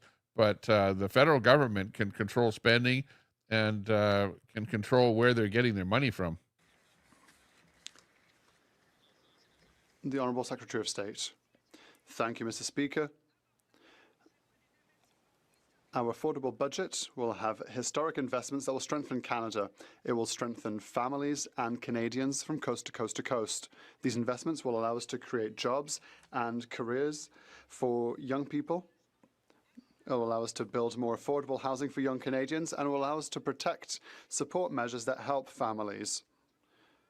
Our government will table a budget that will build, that will protect, and that will strengthen Canada. And I cannot wait for the members across the way to vote for it. The Honourable Member for Louis Saint Laurent Acawenrac. Not going to happen. Mr. Speaker, we've had a proposal tabled for months that will reduce the cost of food, and that's abolishing the industrial carbon tax. Mr. Speaker, food doesn't just grow on trees. It has to be harvested from the trees, it has to be processed. Thereafter, it also has to be packaged and sent to stores, and that is where the industrial carbon tax kicks in. Mr. Charlebois, the same professor that I mentioned before, said yesterday before parliamentary committee, saying that the costs have gone up, the difference between us and the States have gone up because we have an industrial carbon tax and they don't. Okay, let me move to the different screen here with the budget here, because we have CPAC is going live here now. Oh, hang on, it's not quite live. Excuse-moi. We were off of something good there into something bad here. Well, you know, typical government, the live event is not on schedule, so we'll just have to wait here for it to start. But anyways, we've got it on the screen, and when it does come on here, we'll be first in line to watch and see what happens with the federal budget here in Canada. So let me just put that in the background there, and we'll just look at the chat. How about that? Chat. Jim Nelgren, good to see you in there. Let's see who else is in there. We got Zombie in there. Crime in America, giving us some chit-chat in there. Looking good. Yeah, I like that comment, Homeless Batman. Climate change is a diversion to get people off focus on real problems. Absolutely. Okay, here comes the latest. 4 p.m., the House will now proceed to the consideration of the Ways and Means motion number 2 concerning the budget presentation. Mr. Champagne, seconded by Mr. Carney, moves that this House approve in general the budgetary policy of the government. The Honourable Minister of Finance.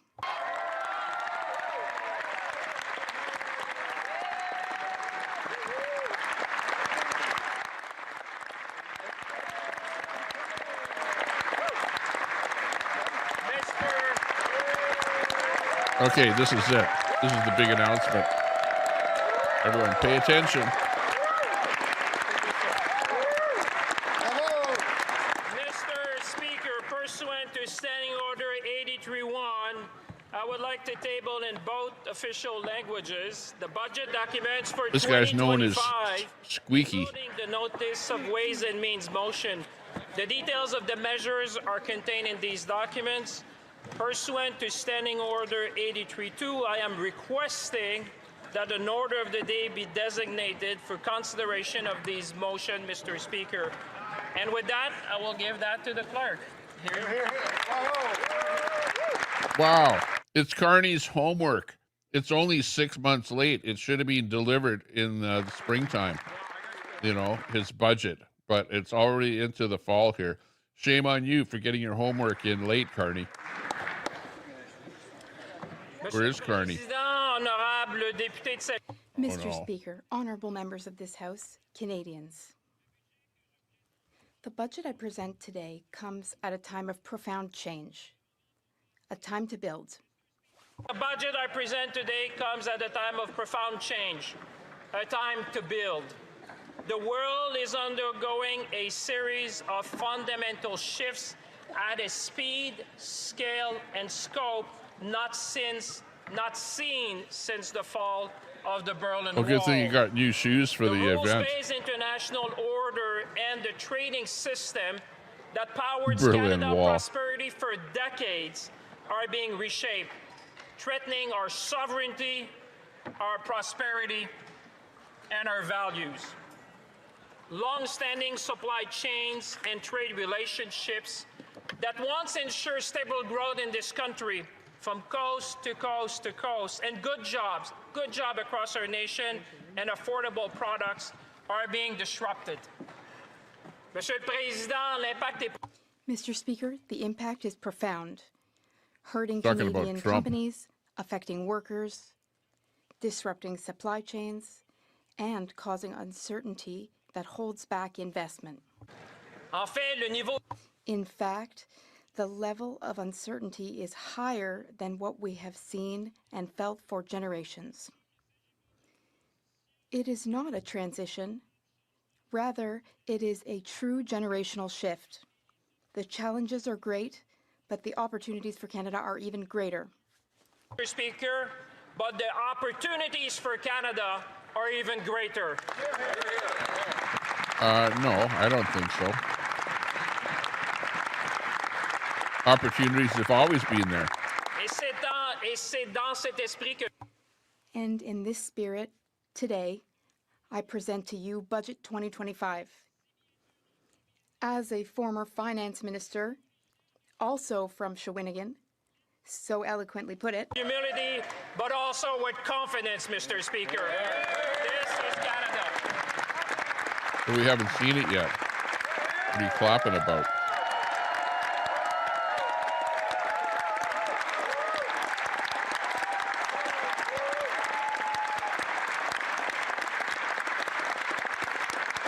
There's Carney.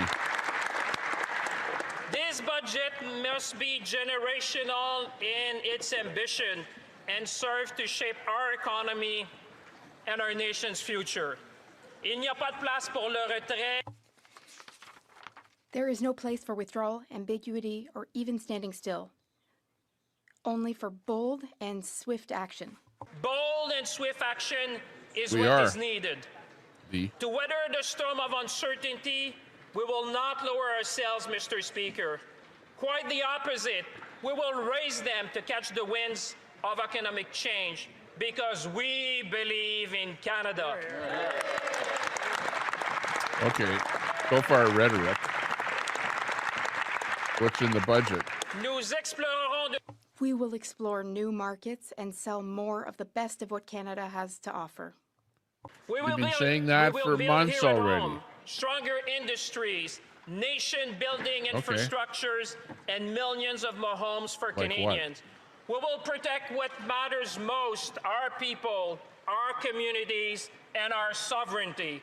And we will empower Canadians by making life more affordable, creating new career opportunities, and ensuring every generation More can get affordable. ahead. This is What? how we win.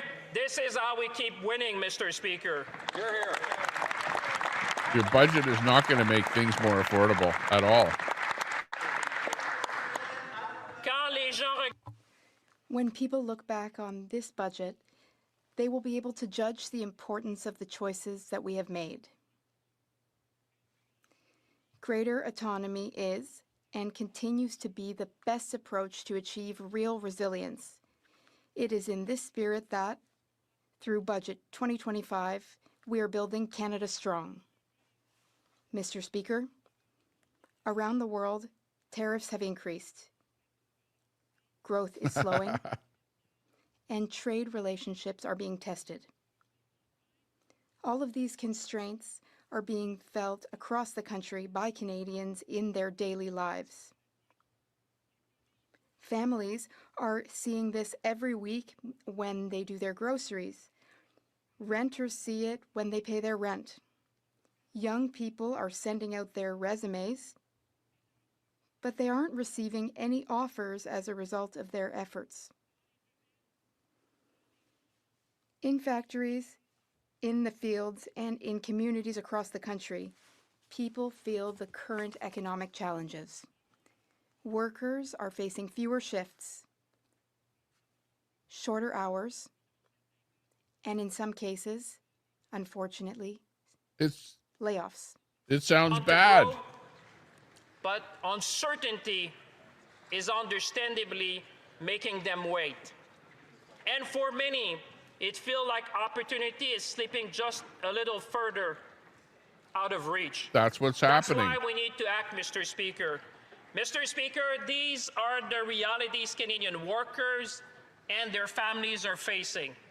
They are doing everything they can to keep moving forward in uncertain times. And through it all, the Canadian economy has held steady.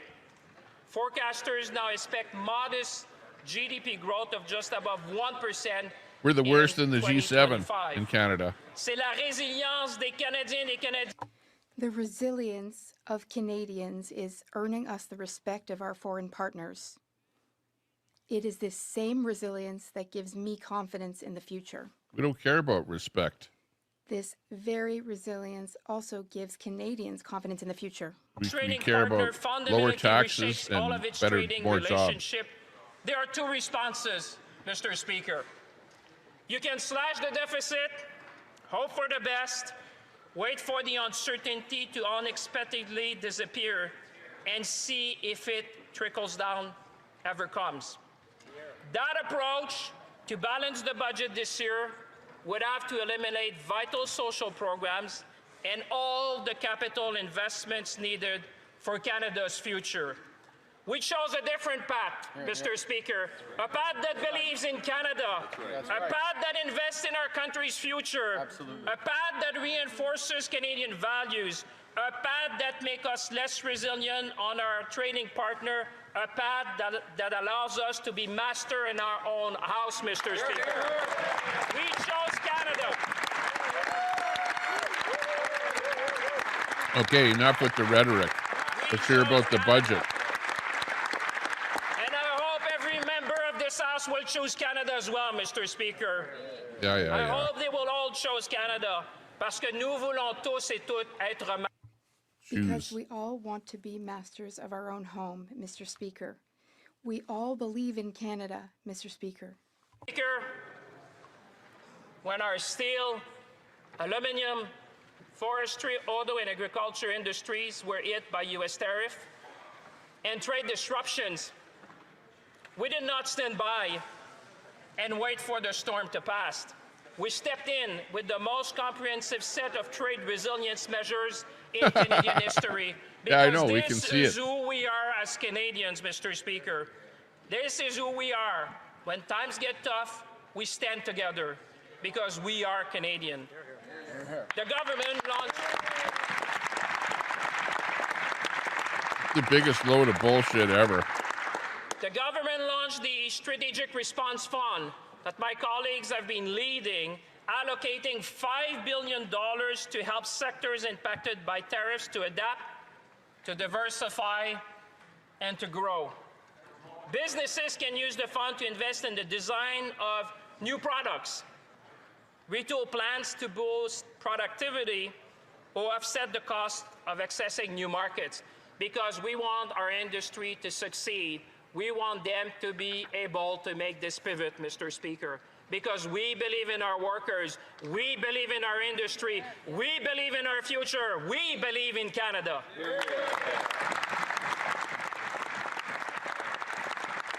Yeah, well, a lot of jobs have moved to the States because you guys haven't worked out your tariffs.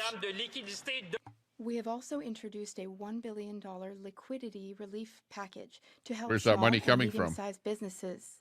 $1 billion. Because these businesses help our great country grow, and they employ millions of liquidity Canadians. relief. That means people that are out of jobs relief package just going to feed money will over help to them. businesses adapt, and it will include a new skills retraining program that will benefit 50,000 workers, Mr. Speaker. We believe that Canadian workers are at the very core of our strategy. Which are probably wondering today, we will be there to help you increase your competitiveness within the Canadian market. Retraining people doesn't cut it. You have to have jobs for the people. To our aluminum workers, we will be there to help you modernize your smelters and to open up new markets. To our auto workers, we will fight alongside you to keep our auto plants in Canada, Mr. Speaker. Yeah, but it's not happening. We know it. We have not seen anything that is the auto companies have said they're going to stay in Canada. Our lumber and canola producers. We know the times are hard, and we are working not only to restore your market access, Mr. Speaker, but to expand it. And the recent trip of the Prime Minister in Asia was one of them. We are going to work tirelessly to expand your market. We believe in you, we believe in your industry, and we will do what it takes to make sure that you can sell your products around the world.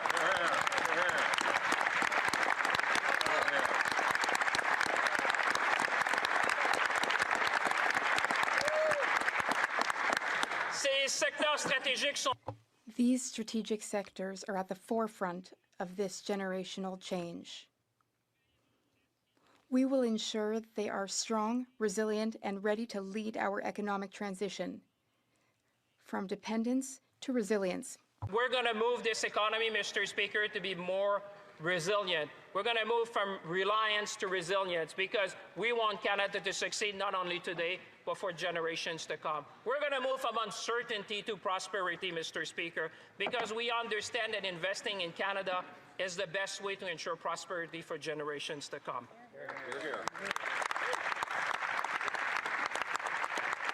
Okay, but we've been hearing these same speeches for the last 6 months. Same speech.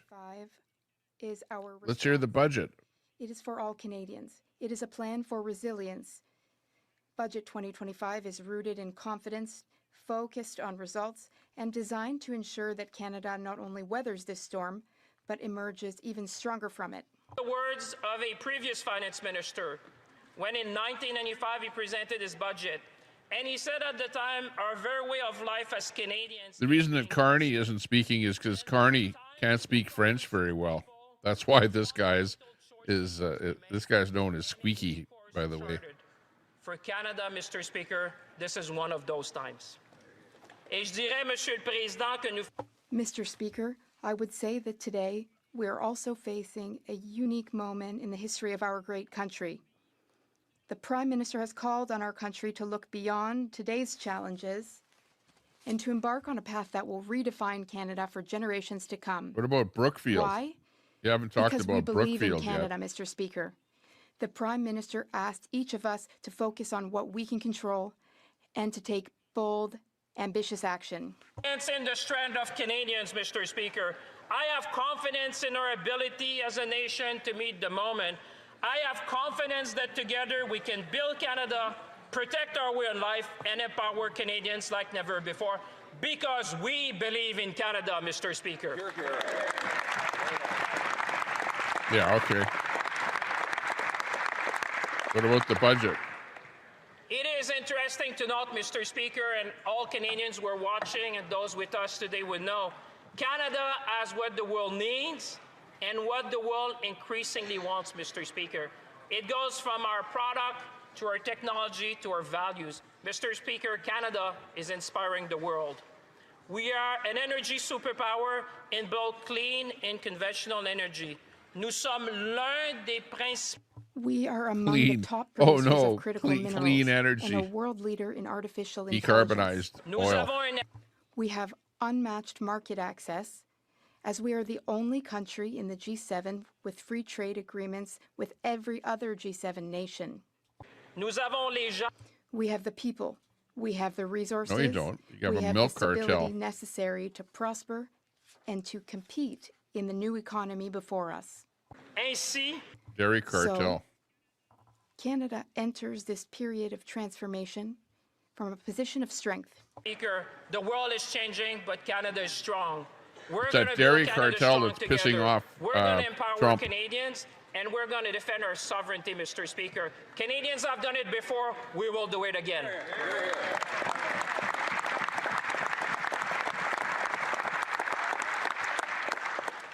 Canada also has the lowest net debt to GDP ratio in the G7. And the federal debt to GDP ratio will remain because stable our over GDP the is budget horizon. practically nothing. We also have one of the lowest deficits in the G7 and one of the strongest fiscal positions in the world. Yes, Mr. Speaker, we have a strong fiscal position, a strong base to work for, a strong base to invest, Mr. Speaker. And we must use this fiscal power to make generational investment, because we believe in Canada.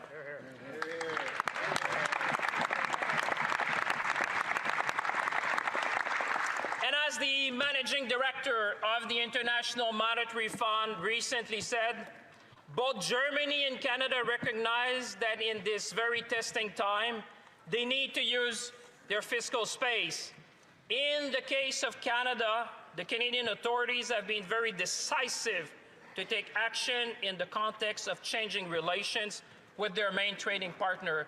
Mr. Speaker, Canada is recognized on the world stage as a country with the fiscal capacity to invest, to grow its economy, to invest What's it in going its to be people, now? and to protect 100 its billion? sovereignty. That recognition matters because it affirms something fundamental about this country. When times are difficult, we do not retreat. We advance, we invest, Mr. Speaker, and that's what Budget 2025 is all about.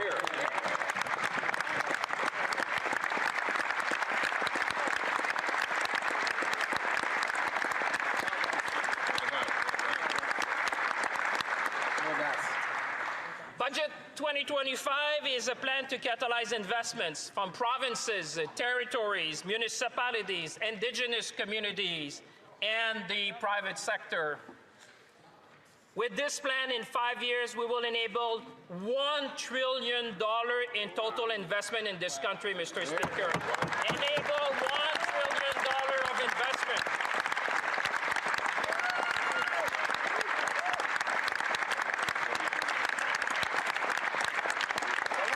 Sacrifice is coming up.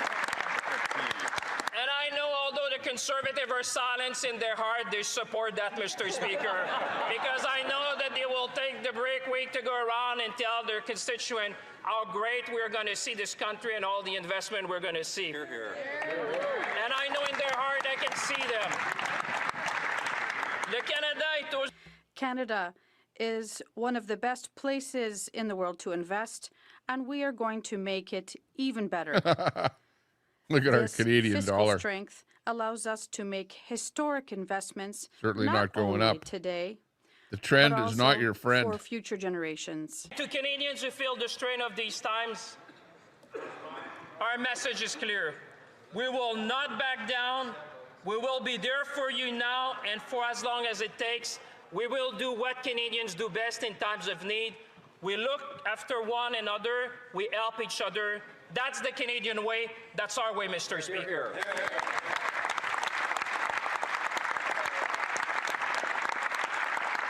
Take that shoe and boot yourself right out of there.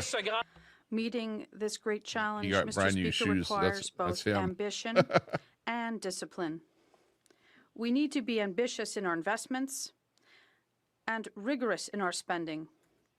And that's why this budget charts a new course for Canada's public finances. Because Canadians expect their government to achieve results. And to get there, we must spend less on operations so we can invest more in Canada's future. First, a new capital budgeting framework, separating our day-to-day spending from the investments that build our future. Oh my God. This is where they're taking This reform will expenses allow and Canadians calling them to better investments. understand where their money goes. Talked about this. And it will ensure that each dollar helps strengthen our Fudging productivity. your, pulling the wool over our eyes. Mr. Speaker, we will make capital investment a national priority.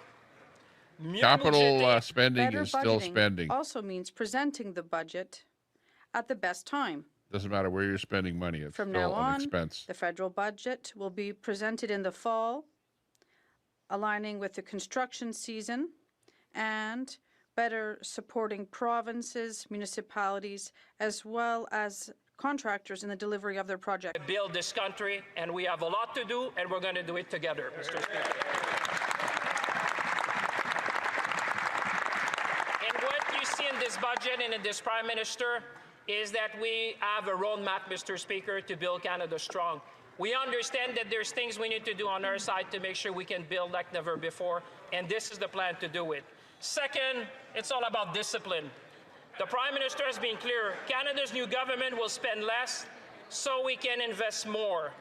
Mr. Speaker, our budget puts forward $60 billion in saving over 5 years, Mr. Speaker.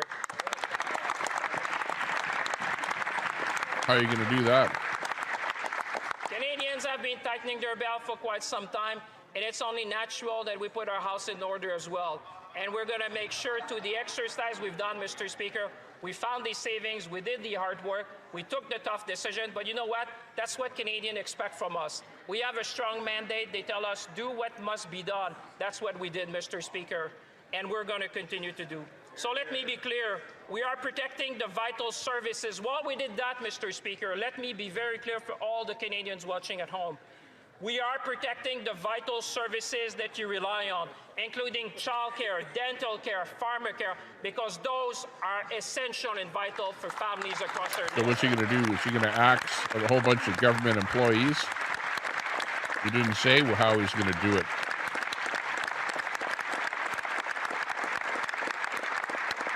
Or is it just attrition? This is who we are as Canadians, Somebody Mr. retires, Speaker, and they we're won't gonna hire a remain new true guy. to our values.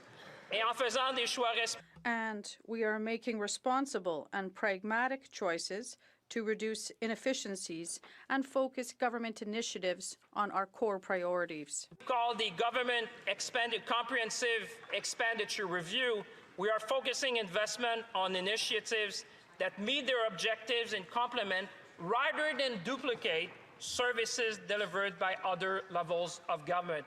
Mr. Speaker, we have looked at how we can streamline program, how we can Hang on. right-size. You had 10 how can years we to use do that. technology, Why did you wait how until can we now? use AI with one goal in mind to provide better service to Canadians, to be more efficient, because Canadians deserve the best service from their government, and we will deliver. You can get rid of half of those government employees with AI. Mr. Speaker, we will cut red tape, we will digitize services and make them faster, simpler, and easier to access. Nous allons encourager la... We are encouraging the adoption of new technologies across government, including made in Canada sovereign AI tools through a new digital transformation office. Because, Mr. Speaker, we understand the potential of this digital transformation, and Canada will be both a global leader in this and in service delivery. A more effective government that can deliver smarter, faster, and more effective services to Canadians. Since 2019, the federal public service population has grown at a rate which is far greater than the Canadian population, Mr. Speaker. We must get the size of our public service back to a sustainable level that is keeping with best practices. But as we are, Mr. Speaker, we will do that with fairness and compassion, because we appreciate the work of every single servant in this country. It'll be compassion, firing. We appreciate their work. Firing those government jobs. Get rid of those government jobs there. It's such a bloated bureaucracy. It's the Liberals that have expanded the government. Once we do that, Mr. Speaker, we will make our tax system fairer. Third, we need clear fiscal anchors to provide the predictability and clarity to the world and to Canadians. We will balance day-to-day operating spending with revenues by 2028, 2029, shifting the budget towards investments that grow the economy. Mr. Speaker, this is a pivotal moment in Canada's history. We're going to make sure that the dollar that people entrust in us will be invested to grow Canada. We will maintain a declining deficit to GDP ratio, ensuring that the discipline today while investing in our collective future. Les mesures proposées dans Yeah, but you're increasing the deficit. In budget 2025 put us on the right path and the to achieve GDP has been crap under the Liberals so far. I don't see where you're going to make it any better at all. An unprecedented flow of private capital into the energy, infrastructure, housing. There's been an unprecedented flow of Canadian capital into the United States. Is one of investment.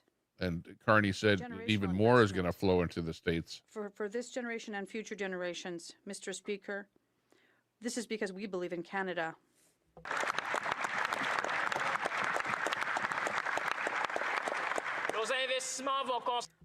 Our investments will focus on our economic success and focus on productivity, because productivity means doing more with less, because that's the best way we can improve the lifestyles of Canadians. The 2025 budget will not only accelerate construction in housing the and lifestyle. infrastructure, but across the country. It will also strengthen Canada's position as a fiscally competitive jurisdiction and one of the best places in the world to invest. That is a great place to invest, but together with Budget 2025, we're going to make it even greater, Mr. The federal government should not be in the house building business. What they want to do is build modular housing on federal lands. That's what their plan is. Meanwhile, all the house builders across Canada, what are they going to do? Canada is the place to grow, Mr. Speaker, and we're proud to serve Canadian. Monsieur le Président. Mr. Speaker, budgets are not about doing everything. They're about what's necessary and doing it well. We're putting forward a firm, fair, and results-driven plan, the kind of reform Canadians are asking for and the kind that's always served our country well. Plan will invest $280 billion over 5 years in capital to strengthen Canada's productivity, competitiveness, and resilience. Wow. On a cash basis, this is an historic investment of $450 billion, Mr. Speaker, in Canada.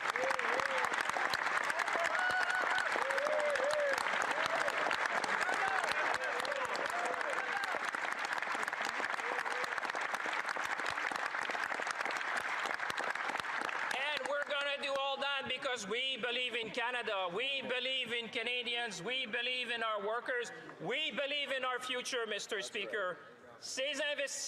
These generational investments will drive growth in every region, Mr. Speaker, and create good middle-class jobs, the kind of jobs that allow young people and families to plan for the future with confidence. Our generational investment will focus on 4 key priorities. Housing, to restore affordability and opportunity. Infrastructure, to connect Canadians and accelerate growth. Defense and security, to protect our sovereignty and our communities. Productivity and competitiveness, to lead and make Canada an innovation powerhouse. The innovation powerhouse of the 21st century.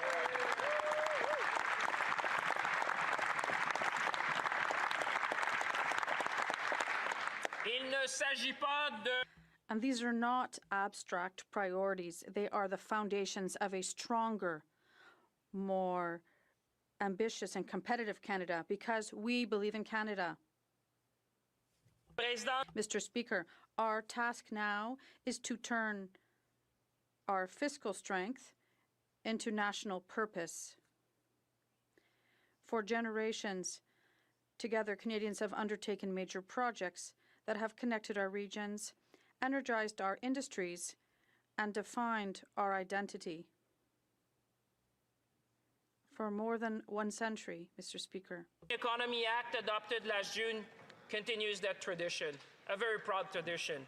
It removed barriers to internal trade, accelerate approvals for major projects, and strengthens the economic union that binds our province and territories together. We are completing the unfinished work of Confederation, Mr. Speaker. We are going to complete the unfinished work of Confederation, ensuring that wherever a product is made in Canada, it can be sold in Canada, where trade and opportunity flow freely across provincial lines. Mr. Speaker, this is about Canada. If you build something in one part of the country, you ought to be able to sell it across the country, because we believe in Canada.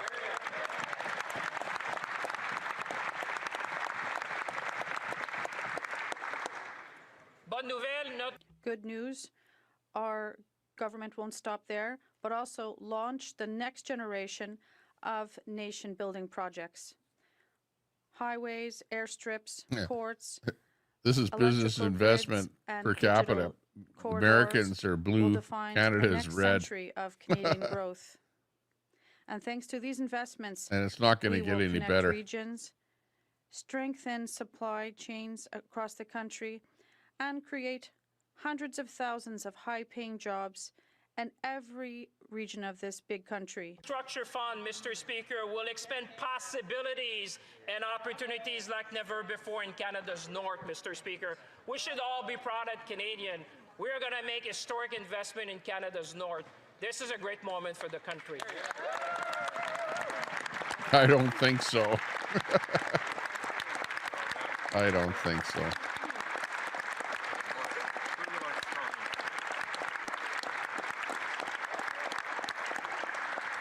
And we will build infrastructure in communities all across Canada with the new Build Communities Strong Fund, Mr. Speaker. As we build million more homes, we'll need infrastructure like roads to build new neighborhoods. This fund will help build that. New neighborhoods Hang will on. lead to Tell me how much you're going to communities spend across and how the many country. homes you're going to They build, will want and I'll pull my recreational calculator out again. and athletic center. This fund will help build that. And the new communities will need new hospital. This fund will help build that. This fund will build Canada strong. This fund will build our community strong. This Okay, fund how will many? build How Canada much strong, money? Mr. Speaker. How many homes you going to build? And you already own the land too. And something I'm very proud of, and I think the Prime Minister would join me in that, we will do all this by being our own best customer to the new Buy Canadian policy. It's about time that we put Canadian suppliers first.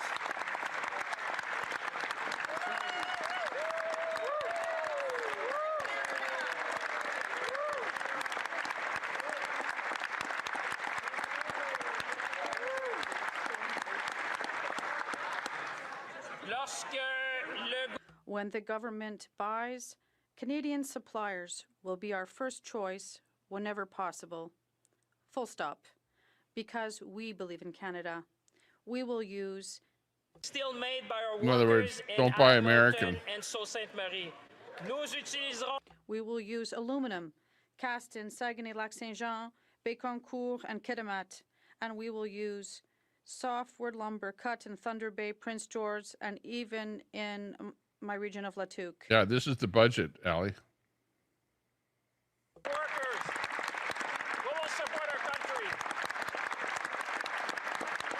He's not giving us numbers, you notice. It's just the same old rhetoric that we've heard already. Monsieur le Président, Mr. How Speaker, good they I'll are, give you how an example. great it is. Yesterday No in numbers. St. Tite, a small rural city in my riding, I visited Boule Boots, a family business that has been making boots since 1933.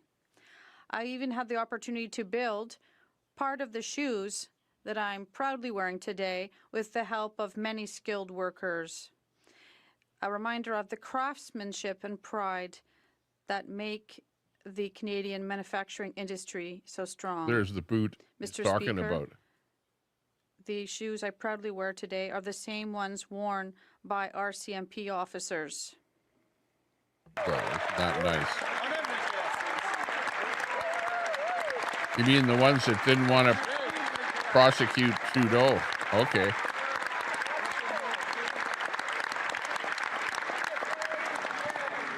I know the Conservative would wish they would have a pair too. Mr. Speaker, It's going on these 40 shoes have minutes been made already. in Canada by Canadian for Canadians. That's the way to go, Mr. Speaker. That's how you build a Canada strong. You're right, Allie. C'est tout Word le- salad. And that's what Buy Canadian is all about. Good jobs, resilient communities, and pride in what we're building together. It's all about good jobs. It's all about resilient communities in our cities and in rural communities. Basically, across we're our nation. doomed. And this is about pride in what we build. Pride Thanks, in Allie. Canada. Pride Yeah, share in it our out. workers. That's how you build a strong country. Mr. Speaker, Canada has a legacy of builders. We are a nation of Yeah, I builders. forgot about that. That same spirit Shared of on building at home has defined Facebook. Canada for generations. We have done this before. Back in 1945, just after the war, Canada had to do big things. A so-called, at the time, Minister of Everything, the great CDL bank on the boundless potential of Canada to make big change in our country. He was not afraid to bet big on Canadians. Neither we are, Mr. Speaker, because we believe in Canada.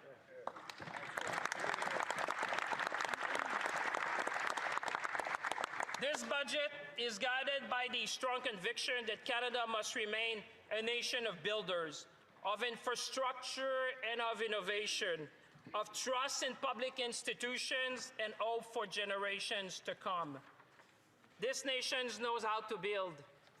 We built the Canadian Pacific Railway in 1885, allowing our country to be connected from coast to coast and supporting trade across the prairies. We built the St. Lawrence Seaway, more recently in 1959, creating a deep water route from the Great Lakes to the Atlantic Ocean. Et plus récemment, nous avons construit les...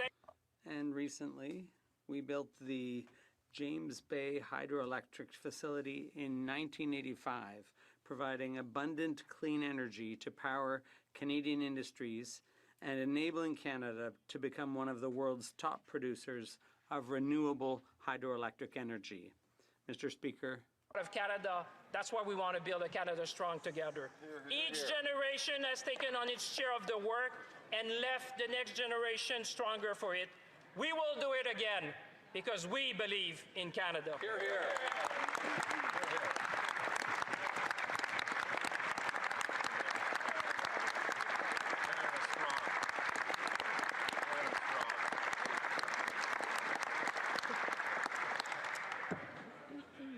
With planned investment of $115 billion in infrastructure over 5 years, we will meet the moment.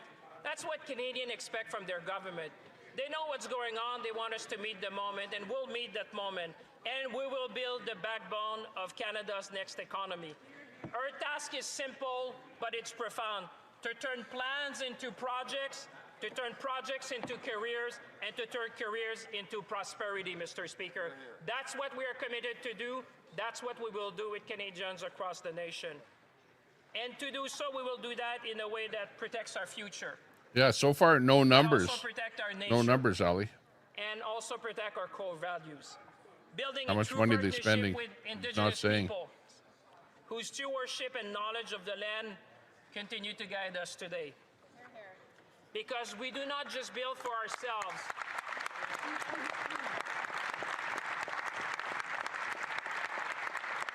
That would have been in the 70s, We build just for Jim. ourselves, we build for those who will follow us. I'm often reminded of the 7-generation principle. 70s, Rooted in 80s. indigenous teachings, a reminder that every decision we take must consider its impact on future generations. Mr. Speaker, we will build Canada strong, but we will build with Canadian values.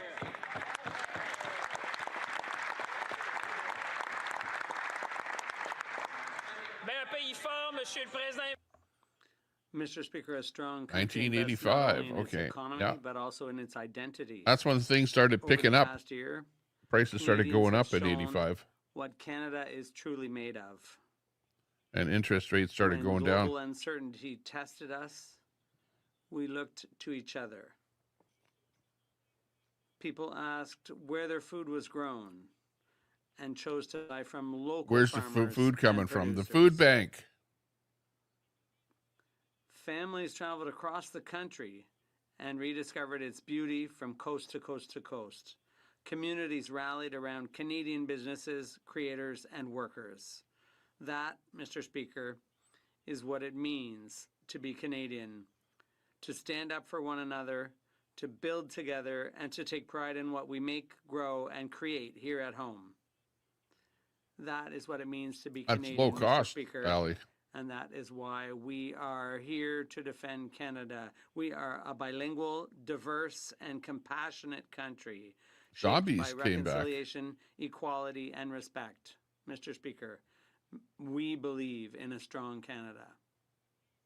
He went Mr. variable. Speaker, our government is investing heavily to help Canadians get ahead. Investing. This is something that Notice speaks he's to saying everyone. investing over and over Every young people in the country, instead of spending. every family around the country, everyone listening today. These shysters, you know. Canada faces a steep housing They're supply trying to gap hoodwink you that into has threatened thinking affordability. investing is good, And our minister has been doing great work to make spending sure we is have bad. more supply and continue to do so. So let's call We spending need to investing. make sure that, you know, Canadians across the nation can find a home. And because when they find a home, this is the best way to build their lives. You're going And to build a therefore, we wanna rental. be there That's what for you're them. going to do. A Brookfield Budget rental. 2025 is, Mr. Speaker, the most ambitious housing plan since the Second World War. This is what we're delivering. Modular housing. Marc Carney has got a smirk because he knows that Brookfield will be making a lot of money off of that housing. He's smirking. The moment calls for it, and we are meeting the moment, Mr. Speaker. The Prime Minister has been clear. We need to build in this country. We need to build faster. We need to. I build know, bigger. Jim. We need to build now. We need to build. I remember buying a house at, it was probably 18% as well. Within this budget, record I investment remember of that. $13 billion over 5 years in our flagship home building initiative, the Build Canada Homes. And I'm sure Canadians across the country understand that, because this will be making sure that we build at speed and scale that we have not seen in generations. And we will build, Mr. Speaker, we will double the pace of housing construction over the next decade while we create a new industry. Talking about Brookfield there, no doubt. Canadian technology, Canadian workers, and Canadian On labor. government land. We will use Canadian workers to build Canada with Canadian material. This is what we're going to do, Mr. Speaker, because we believe in Canada. And No, we the will government will improve give contracts to affordability their and friends, create is careers what in they're the skilled planning on trades. doing. Because Like, as as we build usual. this country, Mr. Speaker, young people will see that the dream they have of home ownership will become within reach again. Oh, you mean the That's what we Brookfield wanna on do for government future land will be generation, houses for because you sale? know what? It Every won't just home be built is a rental step toward a more apartments? affordable and a more confident I'll Canada. believe it when I see it.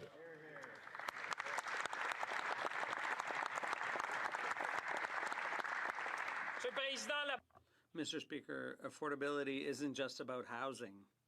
It's about making life easier for Canadians and reducing everyday costs while protecting I the have a programs mortgage families depend on. right here on this house that I'm living in. Canadians elected us to take bold A action variable rate. to help them improve their quality of life quickly. And we will continue to do. The very first thing that this Prime Minister did for Canadians was to cut tax for 22 million Canadians. That is the first thing we did. Yeah, 1% tax. I think Pierre was going to give a 3% tax. All you did was give a 1%. Only because Pierre said he would do it in the campaign. No! Stupid carbon tax. Cancel the consumer carbon tax. Because we made permanent the National School Food Program. Helping 100,000 children each year. Axe the tax. Axe the industrial tax. Come on. I know in the heart they support it, Mr. Speaker. Hey, Monsieur le Président. And Mr. Speaker, we launched automatic federal benefits, reaching 5.5 million Automatic federal benefits. to ensure They're going to automatically gets left process behind. your taxes, even if you haven't paid them. We are going to strengthen Even if you haven't competition in the put them in. telecommunications and banking sectors. They'll do it for in you order to so they drive can down collect tax costs. off you. These are practical measures that make life more affordable today and build confidence in tomorrow. Because when Canadians can afford a home, when Canadians can raise a family, when Canadians can... Well, why can't we do it now? Under liberal leadership for the last 10 years. Because the liberals are just bullshitting us, that's why. When it's shared and when all Canadians can see themselves in the promise of this country. Budget is that every Canadian should feel that there's something for them. Because it's not only about today, it's about future generation. It's about building for them. It's about making sure that we'll have a very strong country for generations to come. And as the Prime Minister has said, there can be no prosperity without security. Let me repeat, there can be no prosperity without security. And Mr. Speaker, in that vein, I am sure that every member, and I will look across the aisle and I look in the eyes of every member of this House, every member in this House would agree that we do need to protect our people, our communities, and our country. Every Canadian, just kick the Liberals out. Could be there for them. Boot.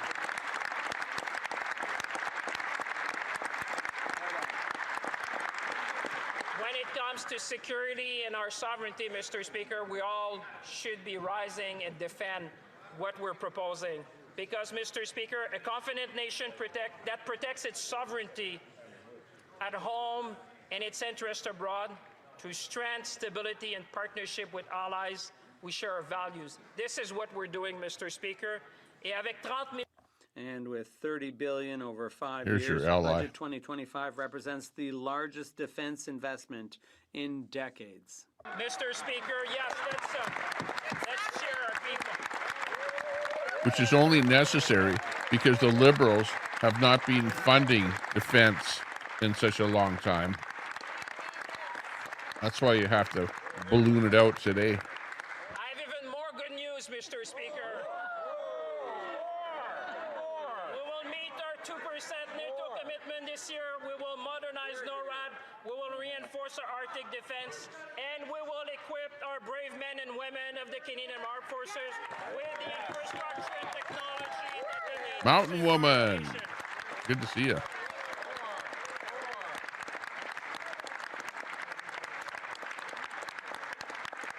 And we will do that because we believe in Canada. With our new Defense Investment Agency and Defense Industrial Strategy, we will build up Canada's defense industry, strengthening Canadian businesses and supporting Canadian workers and creating good union jobs, Mr. Speaker, across our country. Notice he said union jobs. On defense will strengthen He's trying to get the Canadian union Research vote Centre.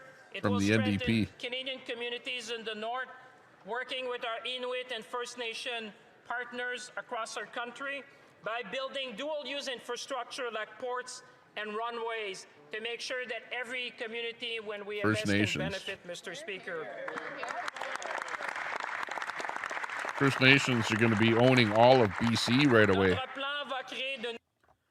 Our plan will create Yeah, new elbows jobs up. for engineers, technicians, and scientists in sectors like aerospace, shipbuilding, Good to see ya. cybersecurity, and AI. We're going to hire 1,000 new Border Services officers and 1,000 new RCMP officers to secure our borders. Yeah, and keep over our what period of communities time? safe. Over the next 5 years? Not like immediately. Finally, How by about get rid of investing those in law fentanyl enforcement cartels? and justice reform, we will tackle Yeah, organized elbows crime, up, pants down. gun violence, and auto theft. Canadians are bending over. We're also going to invest and continue with passion and determination, as my colleague, the minister responsible, is doing, the important work with the provinces and territories to end gender-based violence. Oh, my kids are home My from colleague is school. working hard on that. Do you want to hear about And we're going to genderism? support her. They're dropping the We are budget. going to keep My supporting two her. boys are home from school. You want to hear a liar? What do you got? Because every Canadian should feel safe, Mr. Speaker. And I want to commend the leadership of my colleague. She's extraordinary. She knows who she is, but I cannot pronounce her name in the House. But she knows who she Onion is rings. because she's been there and leading the way, Mr. Speaker, to make sure It's okay. I'll that pass. we invest and that we continue the important work across our nation. Alors que nous établissons des As we strengthen our security partnerships, it's essential that we also deepen our economic partnerships. In order to build a stronger future, we have to increase trade, innovate faster, and play a leadership role in Where's clean Carney? and conventional energy. Mr. Speaker, trade has always been one of Canada's strengths, connecting our Public. population, our resources, and My our kids are in industries public. to the rest of the world. But too much of that trade depends on a single partner. We are launching a trade diversification strategy. Talking about supported by a trade USA. diversification corridors fund to expand Canada's reach, double our overseas export within a decade, which will unlock $300 billion in new opportunities for Canadian Yeah, right. business. That's such a small percentage of our trade. Our biggest trading partner is the States. Notice he's not saying anything about that. If you're a small and medium-sized business, this is good news if you're an exporter. This is good news because now you see we're going to expand our market. We're going It's to bad news because now you got to ship overseas instead of across the border. We are going to strengthen ports, railways, and ports of entry. What you need to do is we will reduce build up a relationship with the U.S. And we will open faster routes to global markets. Because when Canadian businesses are competitive and successful abroad, Canadian workers and communities prosper right here at home. Oh my God. Mr. Speaker, Canada, I think we can agree on, all of us can agree on that, is the best place to live. Open the milk cartel, the dairy cartel, and start trading with the States. Like, come on. And it's the reason why top talent from around the world want to come here, because they see opportunities and possibilities We're not to contribute stupid. to cutting-edge research in our country. With our flagship international talent attraction strategy of more than $1.7 billion, we will make sure that the best and brightest continue to choose Canada to innovate, they're bringing a load of cement. to invent, and to grow our industry, Mr. Speaker. The best and brightest will come here in Canada.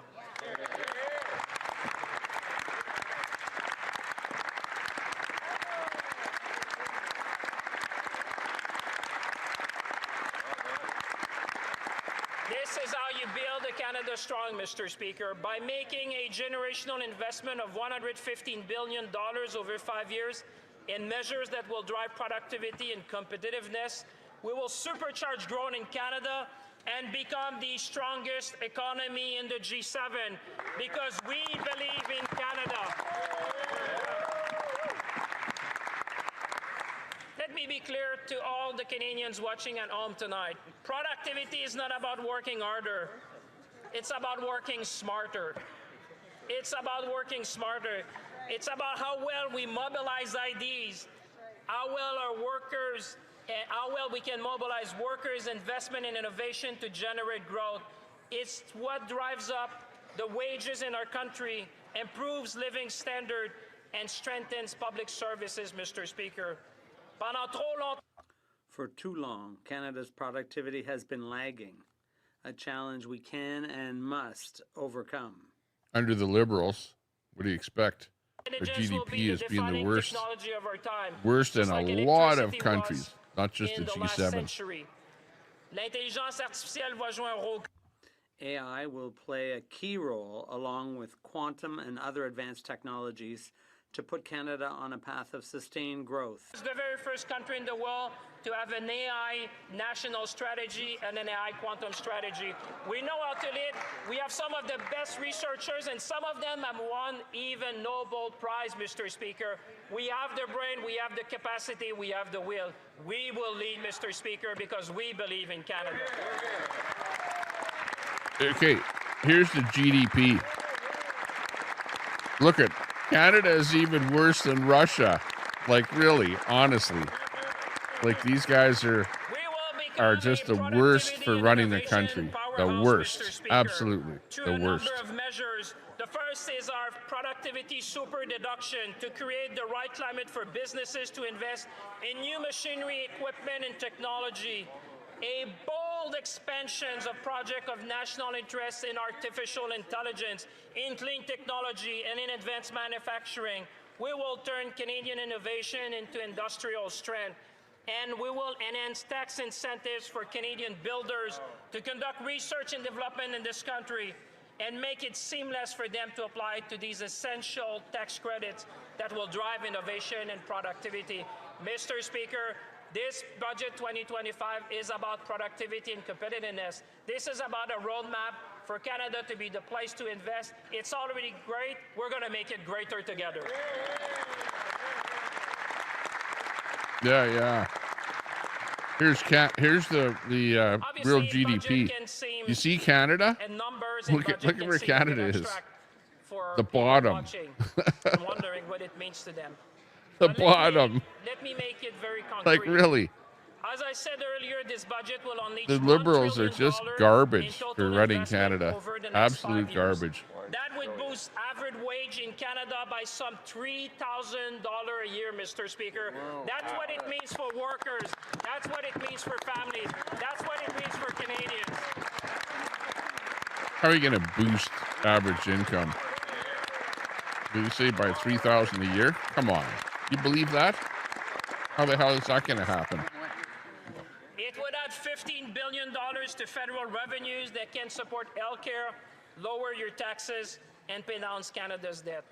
We chose Canada. You're going to borrow money we will to make Canada pay strong us? because we believe in Canada.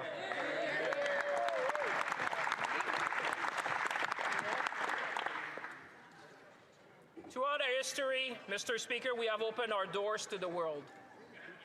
We have always welcomed those fleeing the most difficult situations, those who seek to study at our world-class universities, and those willing to share their expertise and drive innovation in Canada.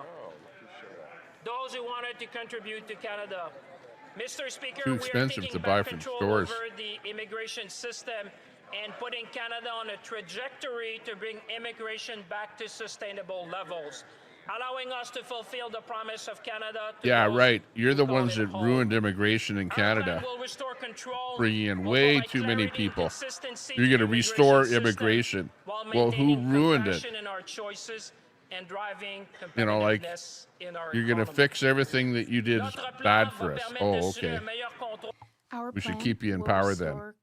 Great job. Immigration system while maintaining an approach based on our Canadian values. Competitiveness. Restore control.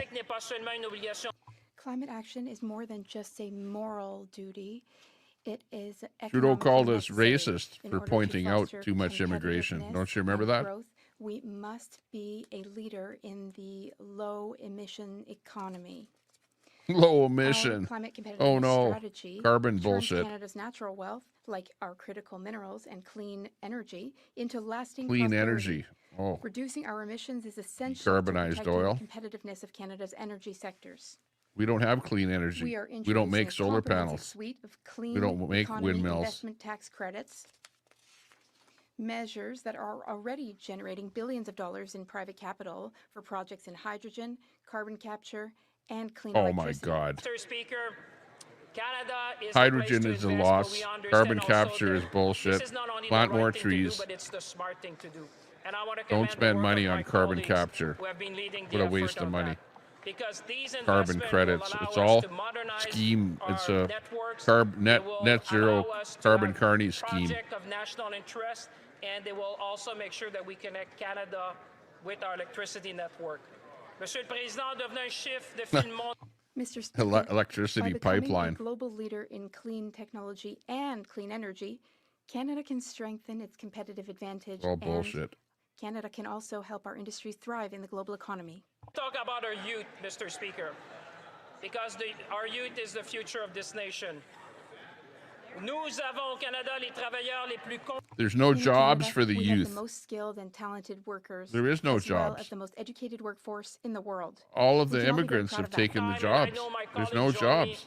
We know that it's because of the talent, the expertise, the dedication of our workers that Canada wins. They are the best worker in the world. That's why you see investment. Every day they go to work. And obviously, Mr. Speaker, it's thanks to their service, their service to our nation, their talent, that we can succeed, and we will continue to work with them to make Canada the place to invest. Le budget 2025 est Budget 2025 expands learning, training, and growth opportunities for young people. Il crée des nouvelles Budget 2025 creates new pathways for careers in construction, in clean energy, and in advanced manufacturing. Il est essentiel que nous donnions. It is essential that we give the next generation the confidence and skills needed to succeed. Speaker, when we talk about youth and the future generation, I think every member in this House should pay attention because they are the future of our country. But look at how much money they get. Mountain woman. And where was this money thing? What was this money thing all about? Suite of new measures. We will extend union training, extend the tax credit to personal support workers who have been doing work, and they're always there for our people and enhance labor mobility. Mr. Speaker, Canadian workers will drive Canada's economic transformation with new skills and training, and they will seize the exciting and high-paying careers and good union jobs that it will create. In the words of the Canadian Labour Congress, these measures signal a shift towards putting workers at the heart of Canada's economic strategy. We should all be proud, Mr. Speaker. Workers will always be at the heart of our economic strategy. Yeah, right.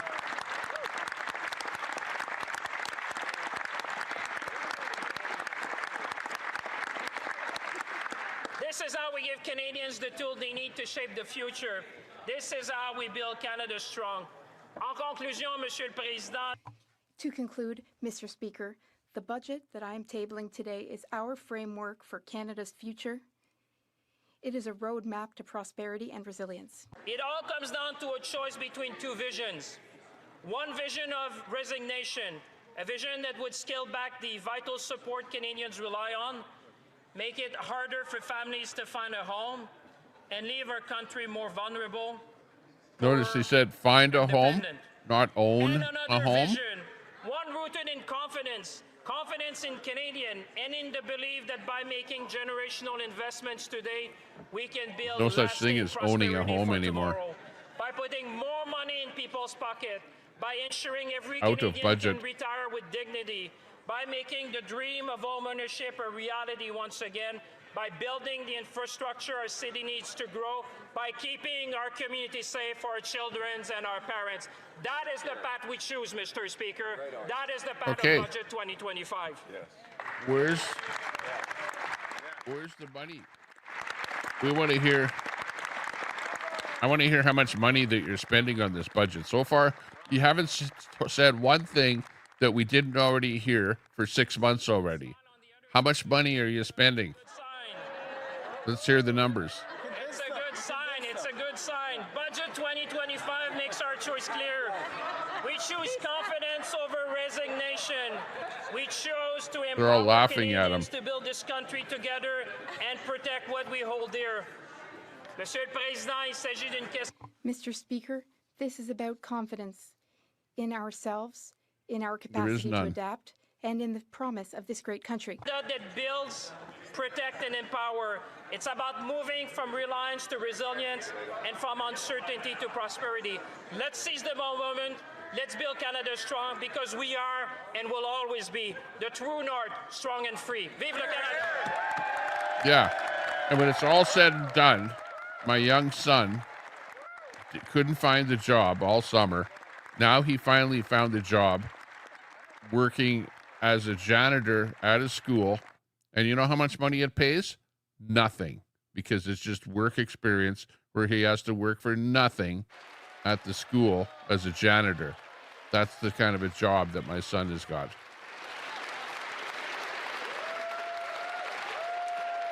After school.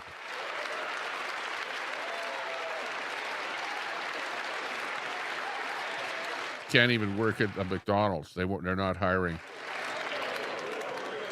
Questions and comments. The honourable member for Calgary East. Calgary East. Questions and comments.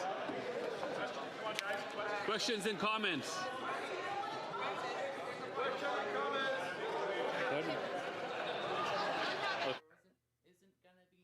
Juliette Manawan. Oh, I know. The member for Joliette Manawan. Thank you, Mr. Speaker. I thank the Minister of Finance for his speech. It was as long as a speech by Fidel Castro would have been. Now, the minister says that this is a generational budget. When we read the budget, we see that there will be $115 billion spent on infrastructure, but then when you really get into the numbers, there won't even be $2 billion in new infrastructure spending per year, despite the fact that the deficit is incredibly high. Is this what he means by generational investment? Thank you, Mr. Speaker. The Honourable Minister of Finance. Mr. Speaker, I have the utmost respect for my colleague. My answer is yes, of course this is a generational investment budget. I know that Quebecers are Generational watching, investment and budget. for the first time, Mr. Investment. Speaker, through our Not infrastructure expense. fund, No, there we're will not spending also money. be It's an funding investment. earmarked for health infrastructure. Bullshit. That's something that Quebec has asked us for. They asked us to invest in healthcare, with the in double clinics, speak. and in hospitals, so that every Quebecer and every Canadian can have access to modern infrastructure, Mr. Speaker. We have answered Quebec's call. Quit with the We have answered the catalyst call bullshit. of Quebecers. Double speak. We're doing what Canadians have asked for. Mr. Speaker, our infrastructure investment plan is generational. It will make our communities stronger, and we should all be very proud of that, Mr. Speaker. Honourable member for Calgary East. The Liberals have sacrificed the future of young Canadians. The deficit is a massive $80 billion this year. More inflation, higher costs. The Prime Minister... $80 billion.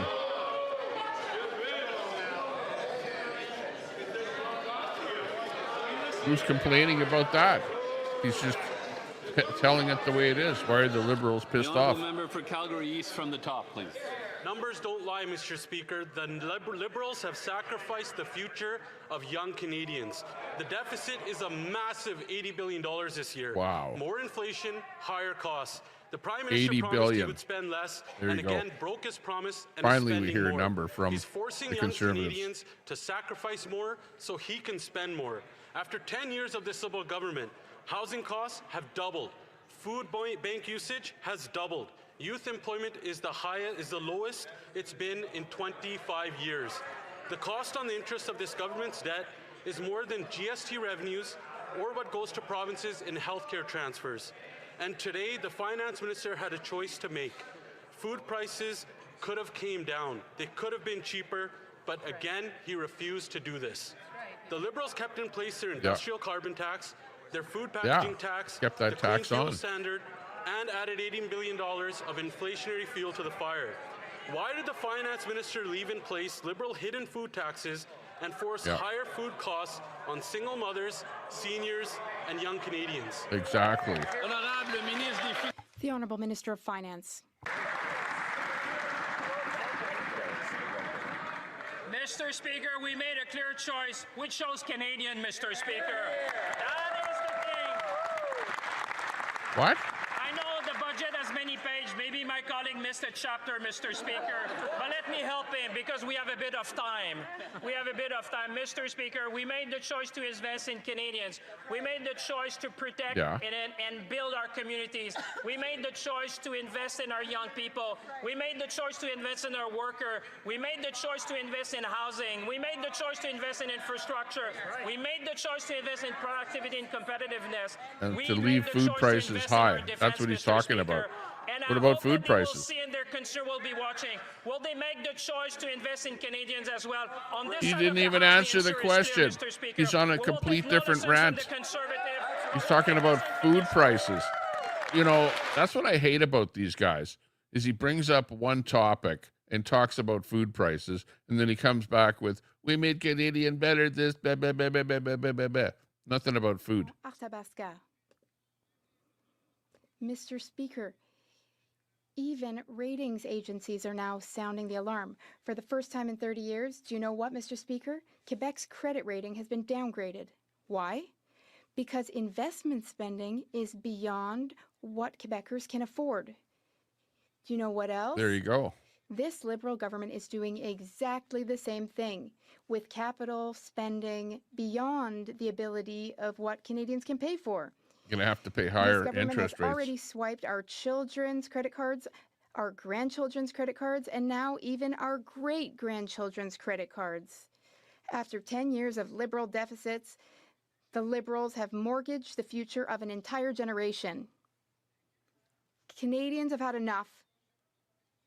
Young people have lost hope.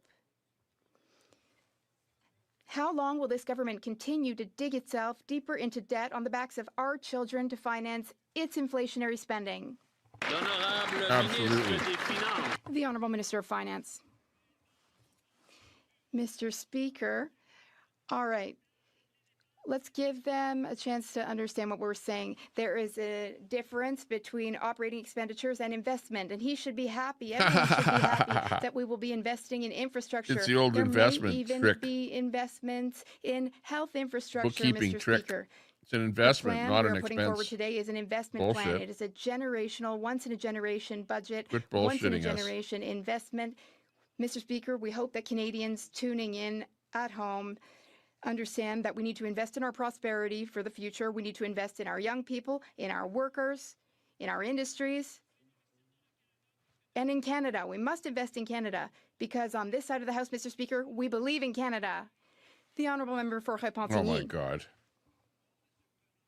That's his answer Since this for everything. We government believe in has been in Canada. office, they have backtracked on all sorts of climate engagement. There's no more money for EVs. They're investing in pipeline projects, liquefied natural gas projects. They told us that we would have a climate competitiveness strategy. There's only 189 million in the budget, and only a small bit of that is for critical minerals, so there's only 4 million left for their climate strategy. Are they quite literally giving up the fight against climate change? The Honourable Good. Minister of Finance. Let's give up on that. Mr. Speaker, Because it's I all understand that there's a lot bullshit. of information in the budget. It's a lot for my colleague to read today. There is an entire chapter on climate competitiveness. Because, Mr. Speaker, we know that that's the right thing to do, but also the smart thing to do. My colleague will be happy to read it. I'll let him read the budget tonight. There is also investment for clean technology. On this side of the House, we know full well that we can build a strong, low-emissions economy. Mr. Speaker, this budget meets that challenge. We're here for this generation and future generations. We are investing in Canadian industry. The Honourable Member for Rosemont-La Petite Patrie. Mr. Speaker, Quebecers and Canadians are living through an unemployment crisis. There is a historic high in unemployment rates, especially for young people. Yet, this government wants to cut 40,000 public servants. Those are good unionized jobs, good jobs for Canadians with families, and the Liberals want to cut those jobs.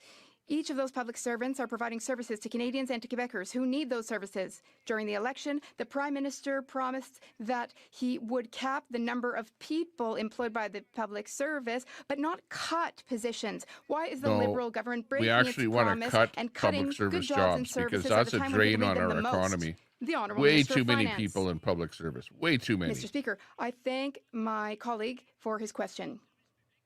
I would like to reassure all public servants that we believe that they are doing an incredible job. Let us all applaud them. These are Canadian men and women who go to work to serve Canadians. We appreciate their work. We value their work. Mr. Speaker, our plan will bring the public service back down to a more sustainable size. We will do so in a caring and cautious way. Most of these jobs will be lost through attrition, You're going to caringly Speaker. boot people. Tonight, Okay. families in Ottawa can sleep soundly. We're here for them. Thank you. Halton Hills North. Mr. Speaker, the last budget of 2 years ago I don't had mind a cutting fiscal back anchor on of public a service. deficit of less than 1% of GDP in future years and constantly declining debt to GDP ratios in subsequent years. This budget has a fiscal anchor of deficits averaging 2% of GDP over the There next we number are, of years at and the a bottom, rising right debt there. to GDP ratio. Canada's at Will the bottom. Finance Minister confirm that his fiscal anchor is weaker than the last Finance Minister's fiscal anchor? Same bullshit. Same color, too. Red. Honourable Minister of Finance. Mr. Speaker, I have a lot of respect for my colleague, but he might have noticed that the world has changed, Mr. Speaker, and this is a new government. And Mr. Speaker... It's not a new government. It's the same old bullshit. Same old people. The only one that's different is Marc Carney. Holy jeez. No. We have 30 seconds left. The Honourable Minister of Finance. Let me repeat that because I know they like to hear it.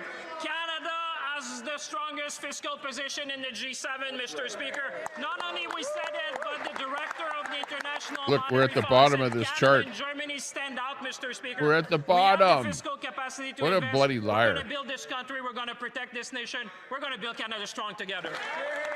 Out of all of these countries, Canada is at the very bottom.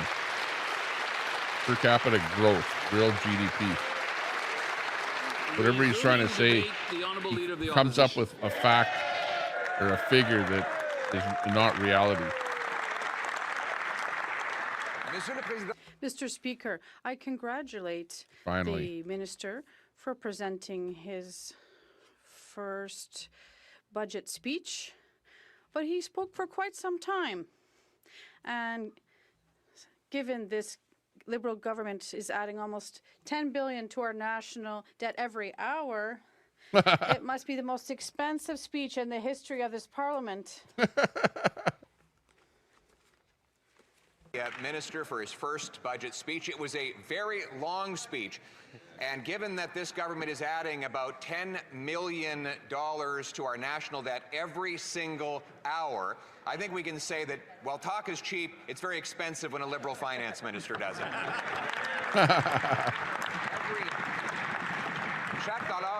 Every dollar that the government spends comes out of the pockets of Canadians. And the more they spend, the more things cost. And that's why the Liberals doubled the cost of housing and lineups at food banks. And that's why we wanted an affordable budget for a more affordable Canada. This government is the most expensive in Canadian history. Every dollar the Prime Minister spends comes out of the pockets of Canadians. The more they spend, the more things cost. And that's why Conservatives were calling for an affordable budget, for an affordable life, after Liberals doubled the cost of housing and doubled the lineups at our food banks. Today, the Liberals have introduced the most costly deficit in the history of our country outside of COVID. It will generate higher costs for groceries, housing, and for everything else. The Liberals have introduced the most costly and largest budget deficit in history outside of COVID. The cost of this Liberal budget will drive up the cost of food, housing, and everything else that Canadians buy. And the Prime Minister has broken every single promise he made just 7 short months ago. He promised a $62 billion deficit. He delivered nearly an $80 billion deficit, $16 billion bigger than he promised and twice the size that his predecessor left behind. He promised to lower the debt to GDP ratio. He raised it, and inflation along with it. He promised to spend less. He's spending $90 billion more, costing $5,400 per family in Canada. And that $90 billion, to the Prime Minister's heckles, is above and beyond the promised $16 billion that he says he will one day find. And if he doesn't find them, it will be over $100 billion in brand new spending to respond to the Prime Minister's heckles, Mr. Speaker. He also promised that he would invest more. His own budget document lays out a graph showing that every quarter of this year will see private sector business investment collapse. This costly budget forces Canadians to spend more on debt interest than on health care transfers. More than the government collects in GST. That means every dollar the Canadians pay in GST will go to bankers and bondholders instead of to doctors and nurses. Great job. While he raises the industrial carbon tax on farm equipment and fertilizer and therefore food, on steel, concrete, and other industrial projects needed to build homes, a big tax increases on homes and food. So, on behalf of Canadians who are already paying too much for the cost of this Liberal government to heat themselves, house themselves, and feed themselves, Conservatives will not be able to support this budget. Instead, we will. Our party wanted an affordable budget for an affordable life.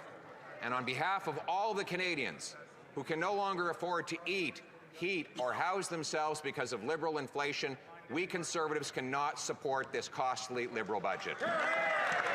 There you go. There's the word from the Conservatives. They're not going to vote for it. But there is still time for the Prime Minister to do the right thing. We will put forward an amendment that will transform This policy, by making Canada affordable again, it will get rid of the industrial carbon tax, cut the wasteful spending to bring down debt, inflation, and taxes. It will open our country up to opportunity by developing our prodigious resources, clear away bureaucracy to build affordable homes. We want the Prime Minister to accept our amendment to make life more affordable for Canadians, to make their paychecks stronger and our economy more independent. That's the approach we're going to propose. We're proposing an economy that's more affordable for our young people, that is safer for our seniors, and that protects Canada's promise for everyone who works hard. Full future. For our young people, we want homes, jobs, and hope. For our seniors, we want affordability, and we want for all Canadians who work hard to bring back the promise of Canada. Thank you very much. Wow. Will that happen? I don't think so. Might be going to an election. Mr. Speaker, I move, second by the member for Edmonton Gateway, that the debate be now adjourned. Thank you.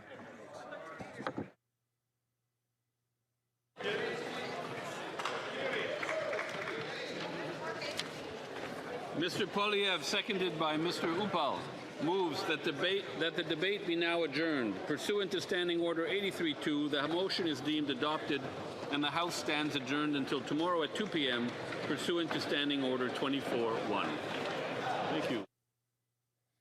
You know what the interesting thing was is that I did not hear Carney speak at all. Throughout the whole budget, Carney didn't say a word. He just sat there and let his minion, Squeaky, do all the talking. So at the end of the day, yeah, it wasn't a Carney event, that's for sure. I thought that Carney would have at least stood up and defended his so-called budget that took him 6 months to produce. But I didn't really hear too much. In fact, the Liberals didn't even say anything number-wise. They didn't say how much the budget was at all. I'm sure they delivered the budget in a so-called document, and, they gave an overview of what was in the budget, which we already heard over and over and over again for the last 6 months. But it took the balls of the Conservatives to actually stand up and say that it's a $80 billion budget, some number way higher than the $60 billion budget that Trudeau had dropped a year ago. So, yeah, that's it. It was pretty much a nothing burger as far as I was concerned. Well, it's a little bit lower than the $100 billion that everyone was really projecting. So we'll have to look at the actual document and see how they came up with $80 billion and what things have not been included. I think that if you included the $100 billion, that was some things that are proposed to be spent but not spent this year, so not included in this budget for this year. So the rest of the 20 billion are probably dollars that need to be spent in upcoming years. So that's probably where the remainder of the 20 billion went. But yeah, there's no such thing as an investment with the government. It's all expenses. It's money coming in from taxes. And if they think that, hacking a few government jobs is going to save some money, yeah, it'll save some money, but it doesn't produce any money. The money all comes from taxes. And those jobs, of which I would say that probably half of those federal government jobs could be axed. So they could absolutely save an awful lot of tax money by getting rid of a lot of government employees. It's really bloated. I think there's something going on there that the CRA, if you phone about your taxes to the tax agency, 80% of the time their answers are wrong that they tell you over the phone. It takes forever for them to answer the phone, or forever for them to get back to you. It's, I don't know. They need to institute some kind of artificial intelligence to make things work a little bit better there. There's no doubt about that.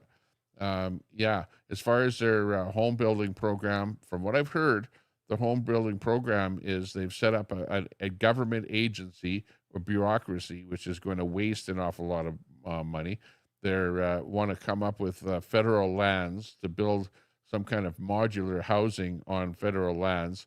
Who is going to do the building? I don't know. They're probably going to give a contract out to a company like Brookfield or something like that to do the building, so that there's back-end money being funneled back into somebody's pocket. So we're not liking that plan at all. We don't see anything for Alberta. For the province that I live in, Alberta, there's nothing for us here. Nothing. Sort of, they might build a few houses, but we've got enough houses in Alberta here. You know, the problem is people can't afford them. Of what there is, there's lots of high rises and stuff like that going up. You know, where people can't afford the houses that are already there. Same thing with Vancouver and Ontario. Lots of 600 square foot boxes in the sky that can't be sold because people can't afford the $1 million for them. You know, like that's the problem with housing, is that it's way too expensive. Rents have skyrocketed. Still too many people have been introduced into the country that are eating up all of this housing and stuff like that that's out there. So, and likewise, the jobs in Alberta, 8.5% jobless in Alberta. There's no jobs out here. What kind of jobs are they producing? You know, I didn't hear anything about if they're going to be investing in jobs. Where are these jobs? Well, how are they investing? How is that investment being made? And of the people that lost their jobs, like in the automotive industry, there's like $1 billion that they have to retrain the people to do what? Retrain them for what? To do what job? When there are no jobs. You know, you can retrain people all day long, but if there's no job, what are you going to do? Just retrain them, and then they'll just sit on POGI, on unemployment insurance, looking or waiting for another job. It's going to take some input. We need money coming into Canada, and right now that money is fleeing Canada. It's like anybody with money in Canada right now is actually exiting and taking their money outside of Canada and investing in companies down in the States, not in companies in Canada, and expanding any kind of companies in Canada here. It's just not happening. It's like we're screwed. And you know who screwed us? The Liberals. And the Liberals are trying to dig us out of the hole that they've dug. And all they're doing is digging the hole deeper by spending more of our money on things that are not going to benefit. You know, they should come up with a plan to make it so that entrepreneurs are able to start new businesses here and to fund things like that, and not give money to retrain people for jobs where there are no jobs. It's just unbelievable. Okay, so that's it for my feed here today. Thanks a lot, everyone, for joining us. Do appreciate your company here. And small audience. We have a larger audience on X, as a matter of fact, than on YouTube. Let's see how many. I don't know what the numbers are like there, but I show 124 on X, got 17 people on YouTube, and a couple people on Facebook there. But of course, we get a lot of people watching the streams after, so that's okay. But yeah, we'll have to see what else is happening, and we'll go live here again with something else. Who knows what the next thing is going to be? Maybe we'll check and see what the riots are like, or something like that. But thanks a lot for supporting the stream, CJ. Thanks a lot. Do appreciate that. And everyone else, you have yourself a good day. We're going to take off. Bye-bye for now.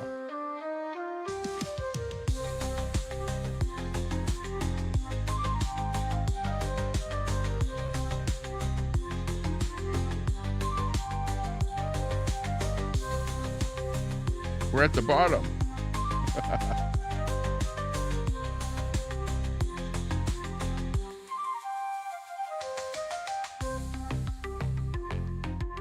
It was a good one. Super salty. Yeah, we got to give away a homeless shelter here pretty soon. Sorry you got here late. This was the Canadian budget that was dropped today, which doesn't look too good. 80-some billion dollars of spending. The government calls it investing, though. They're investing, not spending. Apparently, that's a new term. You know what I mean? But hey, money in one hand, and out of the other. This is income. This is expense. I don't care what the hell you call it. It's still expense. See you later. Bye for now.